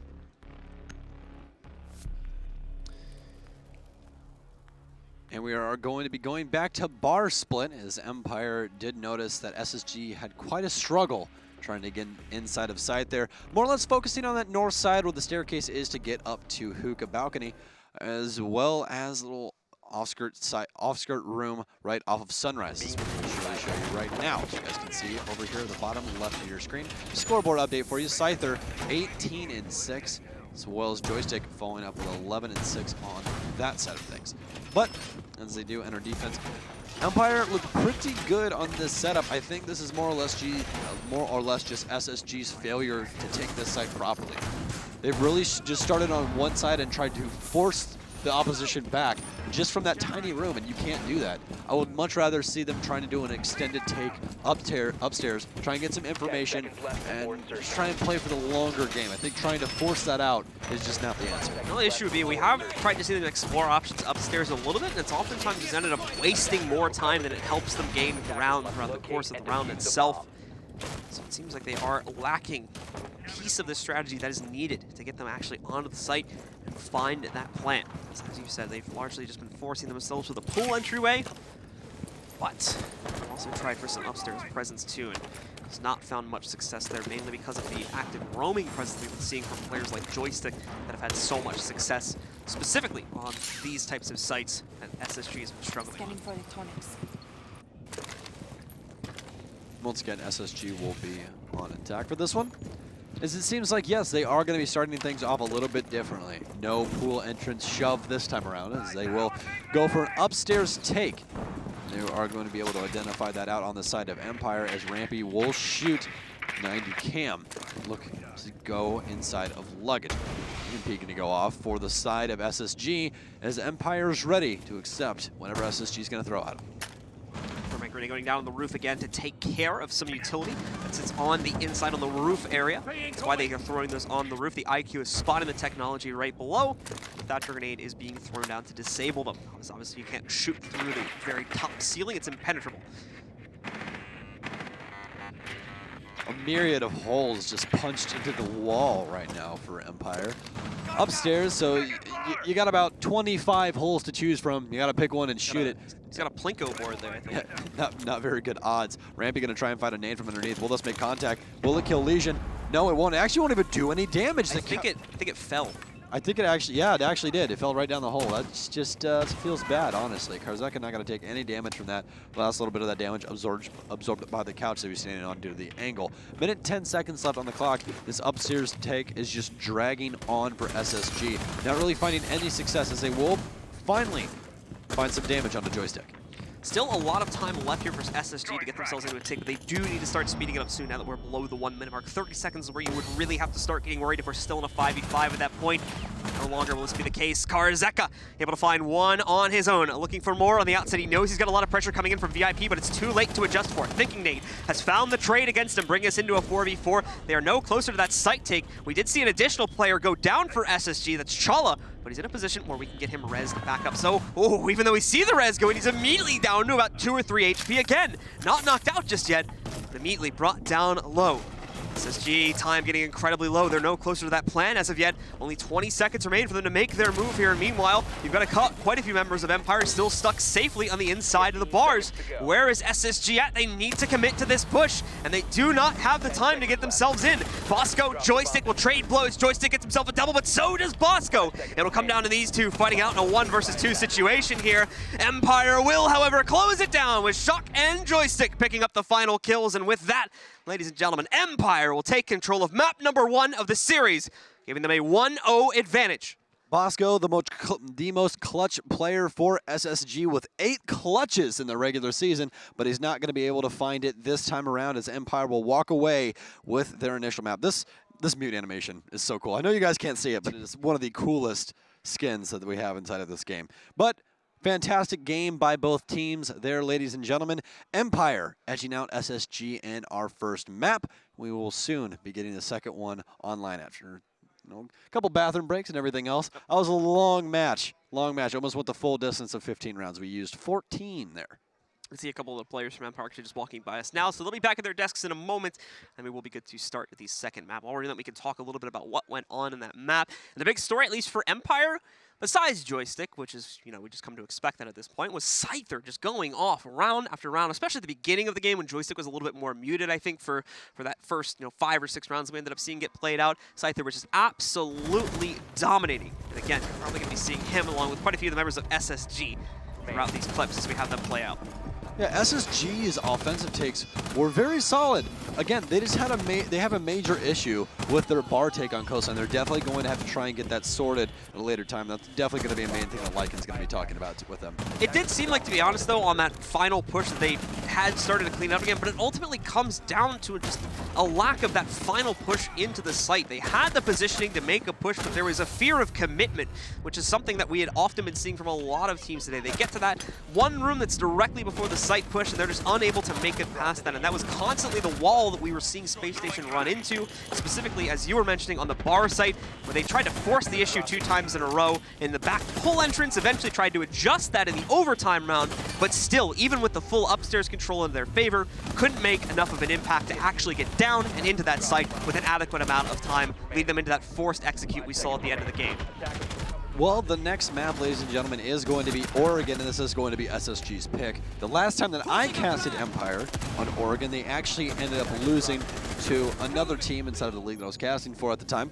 It was a very, very close. It was actually a best of 5. It was really, really crazy. So it went the full distance. Empire ended up edging it out on the last map. But last time that I did cast them on Oregon, they ended up losing.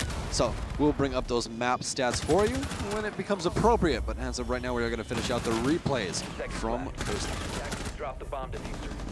Quite a few of those as well. Quite a few very close shaves between our two teams. It came down to the wire, and we were literally trading blows for the good portion of that entire matchup until we finally started to see the guys from Empire cut ahead in overtime, and obviously we're able to take control of the matchup there. So Coastline is theirs, and that is their own map pick, and we are now getting ready, as you were mentioning, to go onto Oregon for our second map. This is SSG's pick, but it's now, in my eyes, a bit of a risk, considering how we saw such a close affair on Clubhouse. We're probably going to be looking at the same thing on Oregon.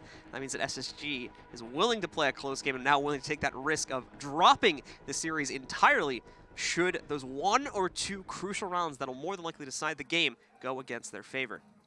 Again, the one thing that we love to harp on about Oregon is everybody knows how to play it. The map has been in here in the competitive pool for such a long time, ladies and gentlemen. It's very linear. That's the main thing. So not only has it been in the map pool for a very long time, it's an extremely linear map, the most linear map in the entire game. Not much soft destruction, throw up a couple reinforcements, and it's more or less who has a better execute or who has better gunfight chance on the defense. It generally comes down to that execute, as there's normally only, again, 1 or 2 major routes that you have to push each of the sites, depending on the site you're talking about, of course. And if those executes go badly or get spotted early on, the defending team is going to pounce on you very, very quickly. So you have to make sure that your executes are very, very, not only very fast, but also very successful in allowing for very few trades that would force you to, reset or something of that nature. Because at that point, your plan's been revealed, and it becomes very easy for the defenders to know pretty much exactly what you're doing, because it's probably something they would do on the attacking side too, or something very similar to it. Yeah, I think my biggest thing here is that SSG just really needs to clean up a couple of their offensive pushes on Coastline at least. We're going to see how it goes on Oregon, but that might be a main issue that they might have. They are going to be starting on defense, I believe, for Oregon. I believe that was the side that was chosen. So, yeah, we will see later on. But as of right now, going to assume that is going to be defense for the boys of SSG on Oregon. So the good news is Oregon has a very nice site rotation. Only issue is that you kind of have the better of 2 evils. You either go Tower, which has the highest win rate on Oregon because no one really plays it, and the people that do play it win it, or you go to Kitchen, where we saw one yesterday when it really shouldn't have happened. That was when I was casting with Flynn for the Norengo game as well as the Penta game. So you guys can see the stats for the maps up on the board here now. Currently, I get this right this time. Flawless record for SSG Empire. and 0 bans on it. There we go. I got it right this time. We're good. Meanwhile, Empire has banned this map 11 times. Wow. Makes it, I think, the 2nd most banned map in their pool. Still has 2 wins on it. They have a loss. I'm actually very curious to where that loss happened at, since it couldn't have happened online, because like I said, I don't think they've lost an online game in like 8 or 9 months now. So yeah, unless it was like in a really small league or something like that, I might have missed it. But yeah, I'd be very curious to know where that loss actually occurred at. Maybe at DreamHack Winter or something like that. I don't know if those. Might have been an offline game. Yeah. Yeah, I don't know if those stats are considered in this pool or not. But yeah, I'd be very curious to see that. So we'll have to try and check that up either during the course of the game or after it. What was that offline game at DreamHack Winter that was massive? Was it Empire versus G2? Was that it? Everyone was tweeting about. I can't exactly remember. I wasn't there. Didn't they? I think they played a a third place game offline or something like that. Yeah, and it was absolutely insane. No, No. Was it Team Liquid versus G2? Was that it? I know that was. That was the definitely one. rematch. That was like the Pro League Finals rematch, I gotcha. believe, if I remember it Okay. correctly. So I think that was the big offline match that happened there. I think they actually played each other on stream, if I recall it correctly. G2 and Empire did that, or it was just another semifinal. Yeah, that was online because I remember Yeah. it was very underwhelming, actually. Yeah. Yeah. And that was where G2, that was where, like, I think that's where a lot of people thought Empire wasn't going to be able to go far because G2 handled them pretty easily in that matchup, but obviously they've been proven wrong, and especially if they're going to be able to carry the momentum forward, I would say, like, even just make it to the quarterfinals is going to be a big deal for Empire, but I wouldn't put it too far out of the realm of possibility that we would see them get to the semifinals at this point, considering the performance we saw on day one anyway.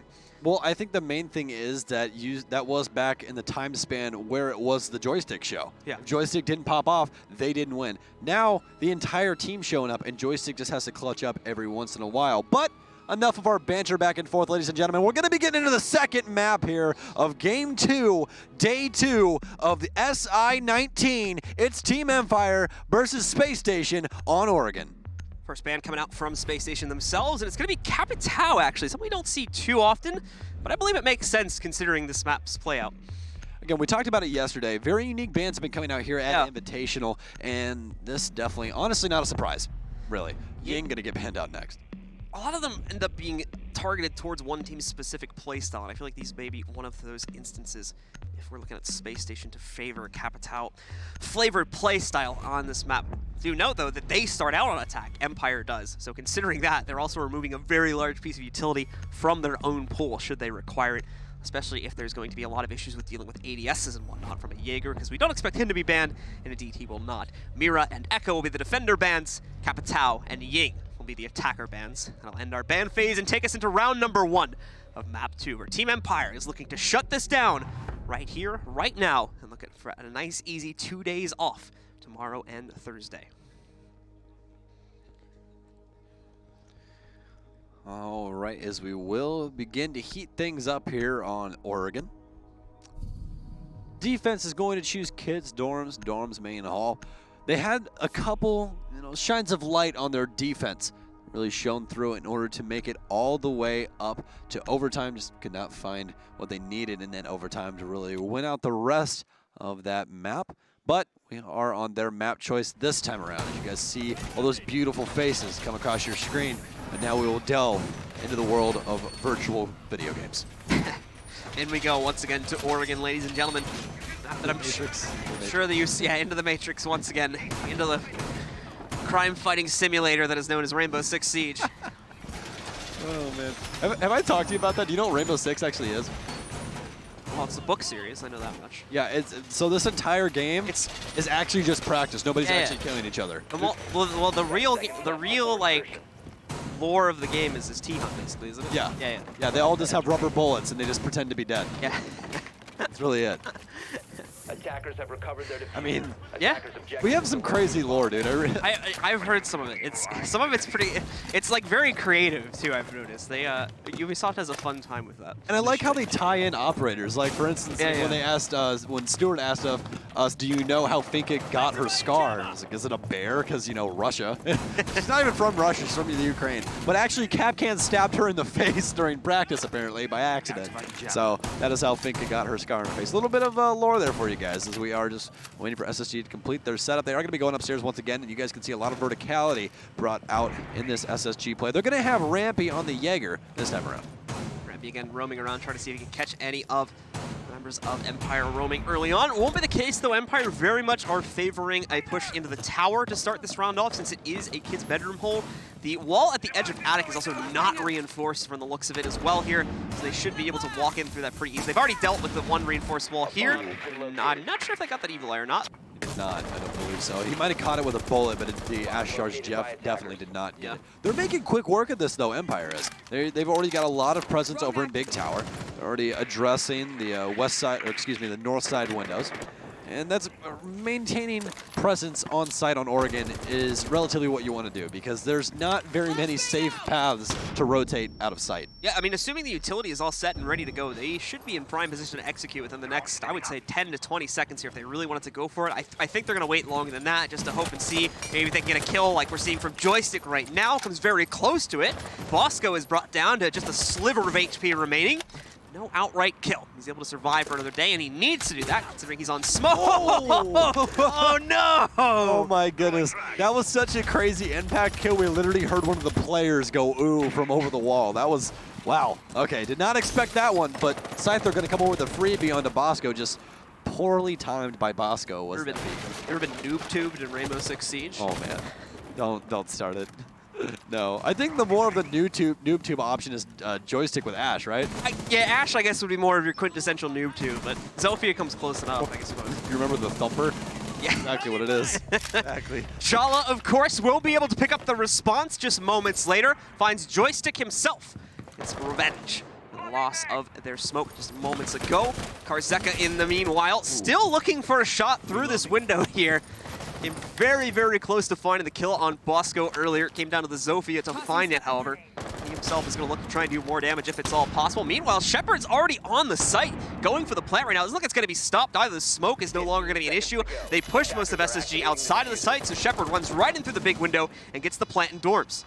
I actually don't believe they even knew about the bomb going down. There was so much noise from those stun grenades. Scyther going to go big with two, though. Redeemer and Shala both going to fall to his weapon. Rampy going to find one, though. He's came up clutch before. Can he do it again? And no, Shepard and Karzeka going to be able to clean out the rest of the round for Team Empire. They're going to start off Oregon 1-0.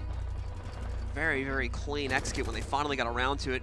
As we've really come to expect in these matchups, though, obviously bringing it down to a low time situation, but it really seemed like Empire was in control for the most part, especially once they were able to get inside and get the diffuser onto the ground. Space Station, instead of reattempting the kids' dorms again, knowing that they had some serious issues with their defense there, are just going to continue through the rotation and head down to the basement. Very smart choice. They got punished a little bit for going back to the same site on their defensive set. Coastline choosing to move away from that this time around, as they will once again head down to laundry room, supply room, and I'm definitely not going to use the same stupid thing as I said yesterday about laundry room. That was terrible. You definitely remembered it, didn't you? It popped in my mind for a second. I was like, no, you can't put blue through that same paint over again. Please don't. No, please stop. Bosco obviously doing a little bit of reconstruction work here to open things up for whoever will end up holding on the inside of the closet. Possibly him. If not, another teammate as well can utilize the hull. Stop the push down those laundry stairs. As for the rest of the SSG, the setup will continue for these guys. Still sticking with pretty much the same general setup, your quintessential operator lineup here. Just been seeing a lot of... Very peculiar is the Evil Eye setup by Redeemer here. No, I'm not gonna judge. I'm not gonna judge obviously because Redeemer is very, very good with Maestro, but no Evil Eyes dedicated to the front. That's traditionally where the take starts. So I really want to see exactly what he's going to be able to do with these Evil Eyes if it comes down to a main execute. It seems like with the knowledge of the fact that Joystick's gonna be on Ash, right? Since it's not banned out. He's like, since they'll more than likely start their push from the inside of laundry stairs, it's gonna be a waste for me to put it on the table or somewhere else in that room where we would normally see it because it's gonna get killed by the Ash. Let me put it in a spot maybe in the back, so maybe I can flank watch at the very minimum and maybe stop one or two players who are coming from that direction and just rely on my teammates instead to hold the launch room in its entirety so I don't lose either of my Evil Eyes. I think that's the process he's thinking about when he's putting those eyes down. Yeah, well, Empire traditionally does bring a lot of soft destruction. You're traditionally going to see Scyther on the Zofia. You have Karzeka almost always playing Sledge, and you have Joystick almost always playing Ash when it's available. So there's so much soft destruction to try and break down. Wow, that was very close on thinking it was there for Joystick, but you know, very easy for them to clean up all that utility on site, especially Evil Eyes.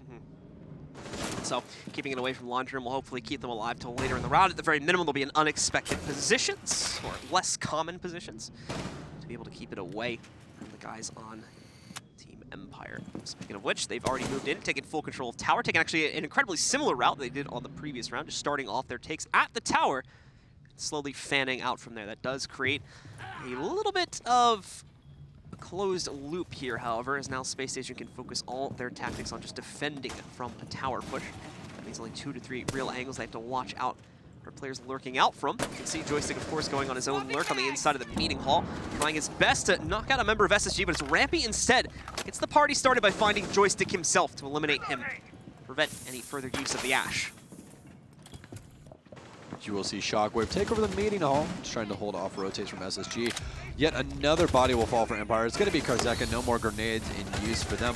And actually seems like the prediction process has went correct for SSG. Both of those Evil Eyes definitely going to have an effect at some point in this round as we are dawning the 40-second marker here. Things have really started to stall out for Empire. They cannot seem to find the pick that they so very well need.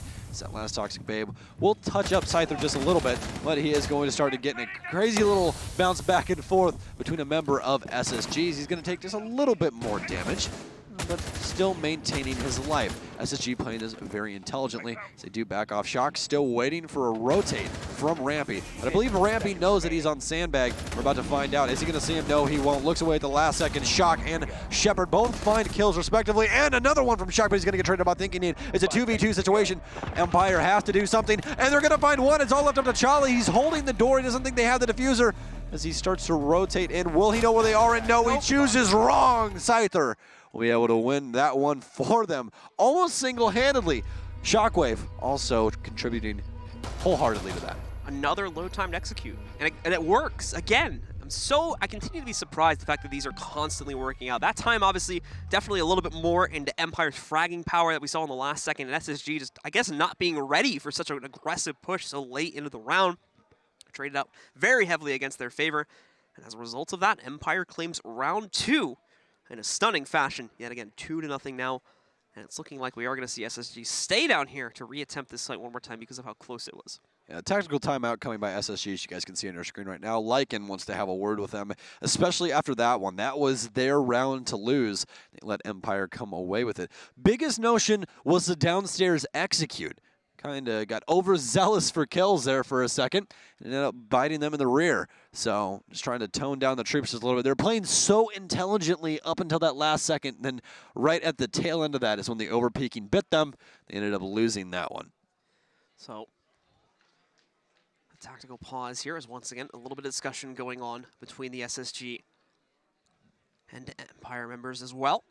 Probably having their own discussions, of course. It's a pause for them too, but it has come to a close. You can see the admin stepping in there to tell them to get back into the game. So they're going to do just that. We'll continue on with the action now. Like I said before, SSG wanting to stick around on this site. They're going to stay in the basement, try it one more time. They did do a great job of delaying. However, when it came to the execute, SSG unfortunately fell to pieces to Team Empire's push.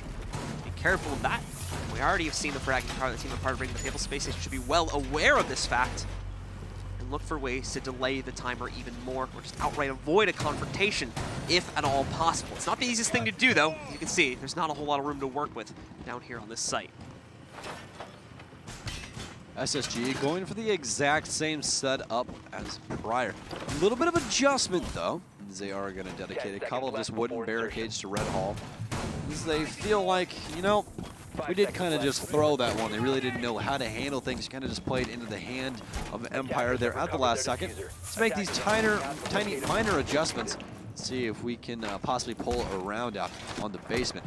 Actually, a particular thing, Redeemer is actually playing the, not the Bailiff, the other pistol. It's the Keratos. Yeah, the Keratos. I noticed he was doing that in the last game as well on Coastline. I saw it once or twice being popped up from him, and that was interesting. So I don't know if they just don't need the shotgun pistol to be able to do a little bit of reconstruction, or I mean, they are playing Smoke and Fuse, so they already have two. Yeah, that's true. They probably don't even need it. Yeah, you really. Not that you're ever really gonna run out of ammo on the Alda. It's where the pistol would be useful, but hey, that pistol does a lot of damage actually. Yeah, it's ridiculous, and it has the least recoil out of all of the revolvers. They're going to be able to spot out that Thinking Nade is at the back of Attic right now, trying to bandit trick. And here's the issue with that. There is no ADSs dedicated back there. So this is going to be a pretty easy nade for the, the Estonian nade god himself. But no, Rampy's going to find him actually as little whoopsie-daisy rips down the window. And oh man, a little bit of back and forth here, but Joystick will finally find Chala. It's always awkward when you can see them through the wall in your screen and they just don't know they're there yet. It's very awkward staring match through walls. Immediately taps onto his head though to find that trade, taking Chala out, eliminating the mute from the game. And bringing us down into another 4 versus 4. Oh, Shockwave catches that. Knows the position of this player now as well. He's got the ping going on to him. And I believe that is going to be the Bandit over on the other side of Attic. They They, however, have not found an easy time to be able to eliminate him yet, but they're working on the pinch. They know exactly where he is. They know he doesn't have a route out, more importantly. Man. He is stuck here. Joystick has got him from the bottom. Shockwave's got him from the top. Well, here's the thing. Shockwave needs to move up because he's wasting a lot of time here. Thinking Nade is basically in no man's land right now. Cross between a rock and a hard place. And it actually seems like, yeah, Shockwave is actually going to hop on drone here, and Joystick isn't even paying attention anymore. As he actually will switch his sights back over, and as I believe that this is the call right now, is that actually Shockwave is going to have Shepard behind him as well. The stun will come out. Very easy pickup by Shockwave right there. Rampy will be playing over inside of Kitchen. That's going to be the last roamer. 40 seconds left on the clock. They've done a pretty good job of wasting time so far. And again, this is starting to look like SSG's round to lose. But Redeemer will go down. No more Evil Eyes as things start to falter into Empire's favor. Definitely after that Bosco pickup. It's all left up to Rampy in a 1 versus 4. Diffuser going down. 25 seconds left remain. Rampy will get absolutely obliterated by the man that is Shockwave. And that's 3 rounds straight on Oregon. This is SSG's map, ladies and gentlemen. Currently, Empire is taking him to school. This was the worry, at least for me, with the guys on Spacestation choose this, with how even of a map this tends to be amongst pretty much all teams. You've mentioned it more than once, of course. There was the possibility for this to happen, for Empire to really just run away with it. Even though this is one of the few maps they have a loss on, it's one of their more banned out maps. It's Oregon, they know how to play it. They're still going to be able to frag. That's really all you need sometimes to win out on these maps, at least on some of these sites here on Oregon. Once again, a switch from SSG, 2 in a row on basement. No luck just yet, so it's back up to the kids' dorms to try this one more time. The invitationals have been so wild already, and we've already had a pretty crazy set between SSG and Empire, especially on that last map, but SSG has seemed to be just falling asleep at the wheel on their own map. They just need to try and wake up. The only one really awake right now is Rampy. No one else really showing up besides him on his team. And the biggest deal with that, I know everyone loves to try to bash Castles a little bit when they're like, hey, you said that kills don't matter, but now you're talking about how he has kills and nobody else does. And it's like, yeah, well, nobody else on the team is assisting anything. There's 1 assist between 4 players, and the information that they get, might have got Rampy some kills, but that's really it. You have to have more than 1 person doing the work. Can't have 1 person pulling the Trojan horse. Plus the number of kills as well. It's only 6 total on SSG right now over the course of 3 rounds. Whereas you've got, I think, 15 or something like that. Yeah, I believe 15 kills overall for Empire at the moment. So they've just had a much higher success rate, finishing out the rounds. And SSG, judging by the fact they've only gotten 6 kills, that means they're only taking out like 2 players or so every round at this point. So overall, just not finding the impact necessary to even come close to winning against Empire here. It's no surprise that we see them go back to the tower take. They've already done this 2 times in the past.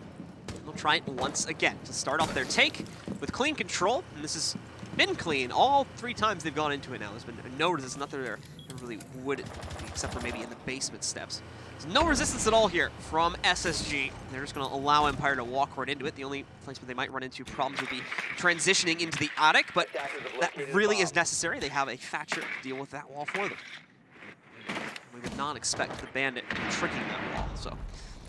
And I'm just starting to have flashbacks right now. The earlier game with Fnatic against FaZe, how they went up 6-0 on defense. Looks like we might have the exact opposite with just Empire on offense right now if SSG's not able to find their footing. They've already used their tactical timeout as well, so no saving grace on the way from the wise words of Lycan. He just has to sit back, try to relax, and hopefully watch his team make a comeback. Shepard definitely had eyes onto his opponent there a moment ago. It's Rampy nearly taking him down.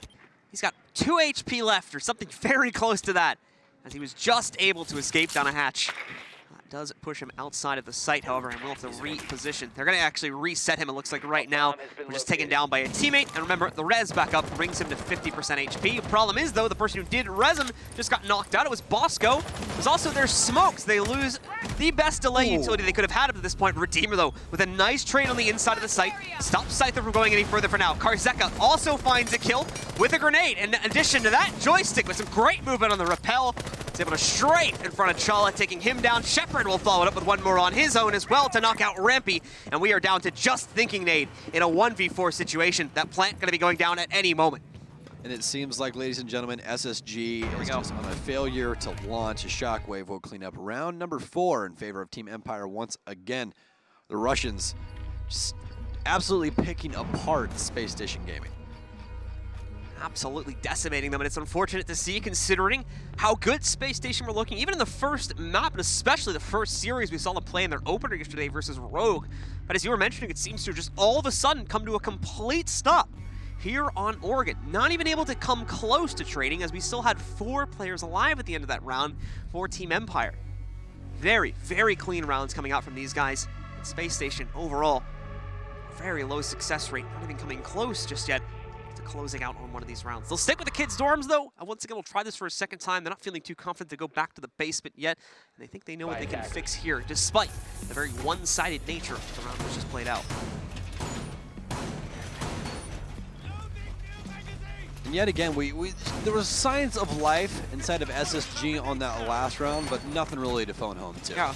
I mean, and it's really rough to watch actually right now. I mean, especially after that tactical timeout, I really thought they were going to be able to reset, but it's just not coming to fruition. This is even with, you know, like a bunch of holes in the ground and dorms. They have control downstairs specifically to stop Empire from being able to run in. They're trying to play from downstairs and be able to pick up the shots from below, but it just is not working out for them right now. They're getting beat at pretty much every single avenue, every single 1v1 that they end up going up against, at least a large majority of them. And that's making this incredibly frustrating, first off, for Space Station, and incredibly difficult to run a comeback from. You can see that again. SSG going to be opening up a lot of the floor already, at least on the inside of the main dorms. Over by the B site. We'll look to try and play downstairs in the room below it, in addition, obviously, in the site as well. Again, we've got Joystick starting things off with his quick leap into the 3rd floor tower. Doing a nice job of checking the usual spots for Black Eye cameras, able to take that one. I think it's spotted by default cam. Let's kind of eyes on him for a moment too, but it's not too big of a deal. This is the 4th or 5th time now that we have seen Empire start their attack off, or start their entry into the building off with control of the 3rd tier tower. Now, the last time that these two teams faced off was DreamHack winner 2018. When, guess what? Empire won 2-1. Right now, this is looking like it might be a 2-0, sadly.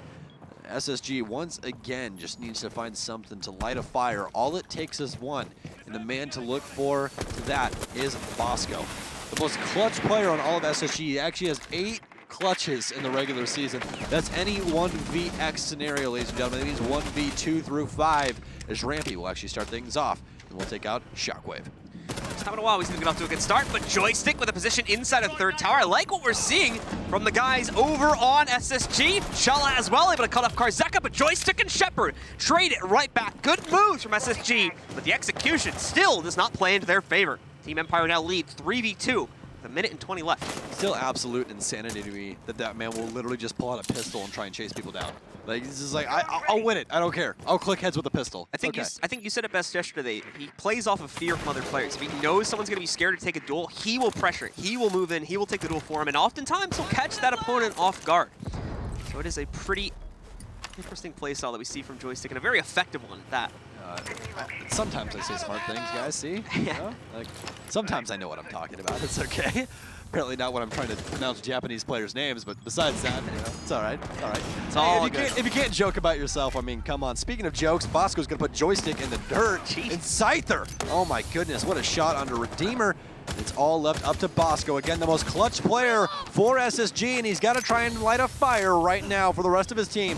The Toxic Babe will do damage to Scyther. It's all left up to Scyther, and Bosco, ladies and gentlemen, will bring Space Station back as their first round on Oregon will get won by the man, the myth, the legend, the Smoke Man. Making 9 clutches now. Bosco. 9. Absolutely. I don't even think they went down man advantage-wise yesterday to Rogue. I don't even think that happened. It might have happened a couple of times. We didn't cast it, I didn't watch it, so. Oh, I think we were casting at the same time it was going on, so we quite literally couldn't have seen it, unfortunately. But just have it up here on our phone real quick. Just put it on your tablet. It's like, oh, by the way, if you want I'd be very impressed if someone was that dedicated that they could actually watch 2 games at once while they're working, while they're casting. So SSG is going to move forward, of course. Finally, a site will be locked out for them as they finally pick up their first round on the 5th out of 6 rounds they get on defense, meaning obviously they don't have a whole lot more opportunities here. In fact, they only have 1 more chance on the basement site to try and pick up a 2nd round.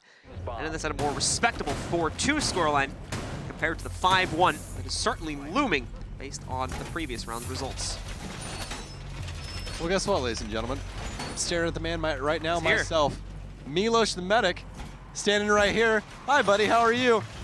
He's donned the building, ladies and gentlemen, as we are 4-1 right now, so you guys will get to see that beautiful beard later on today as he's fresh off the plane and ready to cast. So not too much stress for kicks in blue anymore, which is good. This is a good thing. No, I don't have to cast 4 best of 3s. Yeah, that's good. You don't have to die. You don't actually have to die. Oh my gosh. So looking again at the attack here from Team Empire. Locate a bomb and defuse it. Really have been let out onto the field. Take a look at the route they'll take. More than likely going to be looking. Actually, probably this round may not go for tower. Never mind. It's already looking like Joystick's heading to 3T again. But I think this was the one round where we didn't see them go directly into tower in the past. So I was hoping maybe they'd shy away from it this time, but it's not looking like it. More than likely, we're going to end up with Joystick heading right to the inside as he's done for every single round so far for the most part. It's going to be a very hard-fought battle if SSG cannot pick up at least another round here. If this goes up 5-1, this is definitely Empire's map to lose. Oregon, again, defensive-sided. All of the maps now are defensive-sided due to the meta, ladies and gentlemen. If you guys didn't hear us talking about it earlier, just due to the fact of the information game on the defense, they have so much intel that they can gain practically for free. Invisible drones, evil eyes that are bulletproof, so many other things, as well as Valkyrie. There's just a myriad of things that they can use to try and gain intel on defense. As Empire will focus on a back take once again. Joystick motioning down the rear stage stairs. So he will get lit up, but he will trade out pretty evenly with Chala. Scyther is going to start his push in through the red hole now to give him position. It's not just going to be alone, and that nicely done Joystick will take care of the charges on the wall. Opens up the potential for a breach, but probably won't be seeing that. Obviously, they're only hard breachers in a much different position, trying to pop open the hatches, I think, more so right now than anything. So won't have much of an opportunity to help out his Zofia, played by Scyther.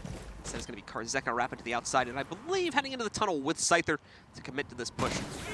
And actually, just fully, it looks like they're going to send everybody in from the back, but yeah, as you can see, everyone else is stuck in laundry now. So if they do this quietly, they actually don't have a whole lot of defense set up on the back lane right now, meaning that they can have a pretty easy time pushing in, at least gaining a good amount of control of this hallway right here that Scyther pretty much already has with the peak. He's holding it now, too, because he's hoping someone from SSG is going to rotate back to check this. The main crux of this entire defense on the back end of this, where Boiler Room, where Scyther's currently standing is you want to maintain that main hallway control as well as E-Box, which is directly to his left at that door. If you can maintain those two controls, it's very hard to rotate into the site to try and gain assistance, especially rotating out of closet. It's immediately punishable, and that is exactly what Empire's going to be looking for. Joystick tries to make a well-placed flick, but no, it's going to be Shockwave this time around, as he will put Rampy down.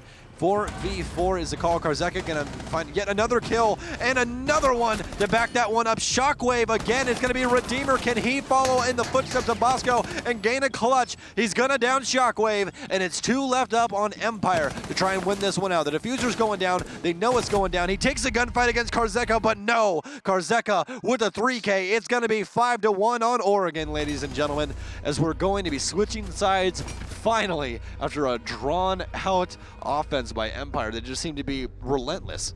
Yeah, and the amount of times that they were able to crunch Spacestation in just 1 or 2 rooms was far too many, unfortunately. Spacestation, we finally started to see them get a little bit more aggressive, and I think that was the key to them coming back in on this defensive half when they finally pushed the tower take that happened on the second to last round. I think it was round 5 where we saw them finally pushing it aggressive. The problem was, even there, they got read or they were countered by the guys on Empire, and I think it basically scared them for the final round as well, making them play super passive on the inside of the basement site and leading into another pinch that Empire is able to pull off pretty much flawlessly due to the fact that they don't peek out even into that hallway even one little bit. Just leave 3 players in the open in laundry.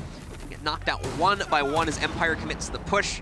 And obviously, with too many heads coming from too many different places, Space Station are quickly overwhelmed. SSG going to be starting things off on offense. Rampy actually going to be taking up Ash. Again, as we said earlier, Ash is Rampy's most played offensive operator for SSG. He plays Buck, he plays Ash. Not really too much outside of that we see too often, at least. It doesn't mean he can't do it, just means he doesn't play it too often. The only other op outside of that lineup that we know him very well for is going to be his glass play. We might see that a little bit later on, actually, as he has not been banned out. It is Capitao as well as Ying banned out by both teams respectively. as we will be entering round number 7. Now remember, this is practically do or die for SSG. You want to see them, if you are an NA fan, you want to see them pick up at least 2 to 3 rounds before they give up a round to Empire right now. Anything less than that, every single round is do or die. You cannot make a single mistake. It puts Empire into too powerful of a position in mind, especially with how inconsistent SSG are being on this specific map right now. We can't rely on them to pull anything off, really. And while their attack is obviously still an unknown at this point, since we're just starting it, it's still not too bold to say that. Unfortunately, their odds are not looking too good should Empire shut this round down just as convincingly as most of their attack rounds were. Also, the beautiful thing about casting Rainbow Six Siege that I love to do so much is the fact that I learn so many new angles every time that I cast stuff with pros in it. Like this, for instance, Bosco. I've never seen that used on me or seen anyone that I play with use that ever in my entire life. These pro players, man, they just have so much experience. It's insane that you see these little angles like this. It's just little cheeky things as well. It's nothing game-changing, but it's just a nicer way to hold down that hallway. It could definitely give Bosco a kill if not handled appropriately. But right now, it's a very hard-fought battle for SSG to just even get inside the building. They're going to rotate Rampy over to the west side of the map and start things off over on the small tower side. Just needs to quickly catch a panic, rotate, force someone from Empire out of position inside of the kids' norms. Hasn't been able to do that so far, though, so he's abandoned the position, and the rest of his team is now moving forward anyway. We've got Empire, though, still safely tucked away in the site. They're not trying to play this out too aggressively either, which means Spacestation is being given a whole lot of room to get themselves up to the site. So guys on Empire are focusing very much on that final few moments, that final engagement to try and crunch them there, and again, stop them on their actual take. Give them confidence, but then take it away from them at the last moment. The biggest thing here is going to be Karzeka downstairs, ladies and gentlemen. He is going to have that Nitro Cell to try and defend this plant when they try to go for the execute onto Generator. Joystick going to get in a heck of a gunfight, but Rampy going to actually win it this time around. They've been going back and forth this entire set. Rampy will edge him out finally. Scyther going to take quite a bit of damage as well, as those phones will begin to ring. They're going to get aggressive. Not starting for punt yet. That's actually going to be Diffuser. And oh my goodness, Shockwave almost goes massive there, picking up multiple bodies. But oh no, it's actually going to be Karzeka that will down one. And actually, no, there he goes. He confirms that with Shaw. I thought he downed him there for a second. Definitely looked like he did, yeah, definitely looked like he did. He actually went for the prone lane right there. But Rampy's down, so it is a 1v2. Karzeka on no health, and Bosco going to be able to find him on top of White Stairs. The Space Station Gaming will pick up their second round of Oregon. And again, that's mainly because Empire let them get to that point in the round right there where they're pushed so close to the site. It really seemed like Empire wanted to just crunch it on the execute itself and not try to play too aggressively with their roamers. That quite obviously comes back to bite them as Space Station crushed the execute, which is a good thing to see after the lackluster defense we had in the first half. This will get them off to a good start at 5-2. As you were mentioning, though, they still have quite a bit of a run to make. They're going down to the basement, however, Empire is now, to try and defend down here and stop Space Station. I think the main thing right now is Oregon's just kind of undiscovered territory for both of them. They both banded out quite a bit, don't really play it at all, and there's not much tape on it from either team, so they're kind of both going in blind. I think that might be the main thing for SSG. They really don't know how Empire's going to react to what they're trying to do. And again, these are very big rounds for SSG. They need to get the ball rolling. Need the snowball effect to happen right now for the boys in the spaceship. If not, this definitely is going to spell disaster, as whoever loses this match will go down to the lower bracket and has to fight their way back up to claim a spot in the playoffs. And Joystick falling there is probably the biggest unfortunate turn of events for Empire. I think they were relying on Joystick to get the kill outside of the on the roof near the big window, so that they would have a lot more freedom to move around that site when Space Station's execute happened. Because of the fact that he ends up losing that, though, the pressure on side of the outside windows remains. And overall, Empire just are not given a whole lot of wiggle room when they're put into a pressured situation on that execute there. So they were just stuck in corners, meaning Space Station, if they already knew their positions, had very easy kills to find. So basically move in and pre-fire them, and they couldn't really move around, unfortunately, because of the fact that they had been locked in and the fact that there was still pressure on the windows from SSG2. That Joystick unsuccessfully tried to counter out. So it's looking like the SSG guys are also going to be fans of the tower take, at least for this round. Rampy will be the quintessential Joystick of this push, as he'll be moving in, or actually maybe not. Thinking Nate might be going in first. It does look like we might have a little bit of defensive effort put up here, or at the very minimum, the walls will be getting reinforced. That's all 3 ADSs going down. It seems like Joystick knows something is going to be happening at the tower. Oh, however, speaking of which, Rampy's going to catch a bullet from a pistol. What? The window? Oh, did he just spawn kill with a pistol? Oh my goodness! Karzeka! Bosco's still looking for him. Wow. That was like, how many meters? That would be like 400 or 500 meters, something like that almost. Wow. Maybe not that much, but I'm bad with meters. Well, that's a long shot with a pistol. Yeah. There's a very tiny head to click. I mean, if you can click a link, you can click a head, apparently. My God. Doesn't matter the gun. If it's a headshot, it's a headshot in this game, ladies and gentlemen. And that was a headshot right there. Rampy says bye-bye to all of his teammates as he is kicked out of the game by Karzeka, who continues to run the gauntlet here and show us what he's got on Empire. No longer the joystick show, it's the Karzeka show now. And Scyther as well. Joystick. Being a little bit greedy with these ADSs, but now we're seeing why. They're trying to send the entire troop towards him. As a nade will try to ring out, but the drone will notice that, hey, he's got 3 ADSs up there. Just don't waste your utility. It's probably a bad idea. Shockwave gonna find Redeemer in some which way or how. Might be able to find another one, and he is! Chala's gonna go down as well. And SSG just starting to fail to launch here. It's not really working out for him. It's down to the SAS brothers as Sledge will find one. Bosco manning that op, and actually he will be down immediately after that. Refrag, though, going to come out from Thinking Nade, and will he be able to pick up Bosco? Karzeka's going to go underneath. This might get very, very dangerous. He's going to wait for the rotate out here, and he's actually going to get shot from underneath. Oh my goodness, and there it is, Karzeka with a headshot on a Bosco. It's all left up to the Afro Thinking Nade, and it's not gonna work out for him, ladies and gentlemen. Scyther will confirm the match point for Empire as they're almost on their way to the playoffs. I talked at the pregame about how there was going to be issues due to the fact that there's a very few limited ways to attack each site. And that was a great example of Empire figuring out what was happening very early in the round and adjusting to compensate for it. They had, I believe, 3, if not 2 players in addition to the one that was up in Attic playing in the inside of meeting room, specifically to counter the fact that they knew Spacestation tried to do the same tower take that they had done for 3 to 4 rounds in a row.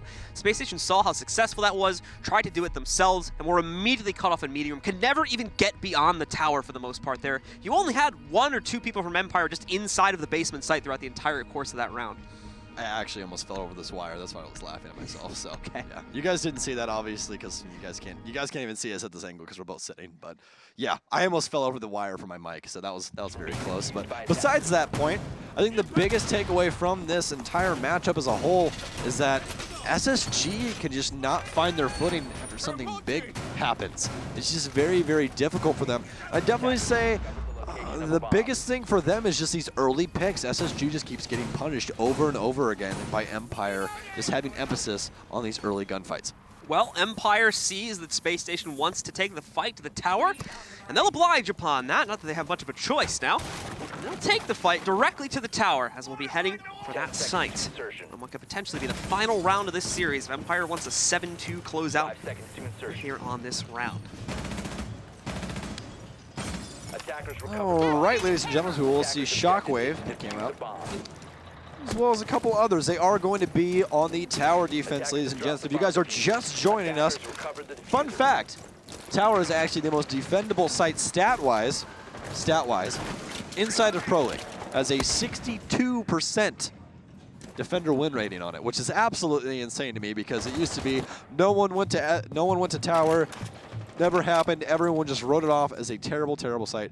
But, I mean, that really shows you how operators can really change up how a site works when they do get introduced. I feel like it's more of an uncomfortable site, and that's why a lot of players weren't fans of it originally. It's a very close quarters site where you're not given a whole lot of room to work with unless you want to expand out and try to defend the rooms that are next to it as well. It's uncomfortable for both teams, though, because trying to attack it, like, okay, do I just start in basement and try to work my way up? But there's a guy in T3 and he can shoot me. There's a bunch of different things that can really have an effect on you, and that's the biggest one for sure. T3 specifically will probably actually be a pretty big thorn in SSG's side as they try to push through this, but SSG is going to move in, it looks like, towards the kids' dorms first and try to tend their take over towards there. They already know that they have multiple people from SSG on the inside as they moved in through. Oh, it's Chala. Goodness. It's a good start, however, as he finds him. Joystick on the inside of the small dorms, though, unfortunately ends up leaping directly into 2 players from SSG, leading to a quick trade there, and giving SSG a 4v3 advantage to play off of him. Someone, please, one of you amazing video editors, just clip that, put it into Sony Vegas, whatever, and just put the Seinfeld guitar over him hopping out that window with the to be continued. I just need that. I need that in my life. At me on Twitter, please. That definitely needs that, 100%. So Joystick is regretting his decisions right now from the spectator mode, but we'll link up with him after this round if we even have another round after this. We'll see, though. The Space Station, of course, got off to a good start. Charlie doing some nice droning work right now. He knows they've got one peeking left entryway into the meeting room.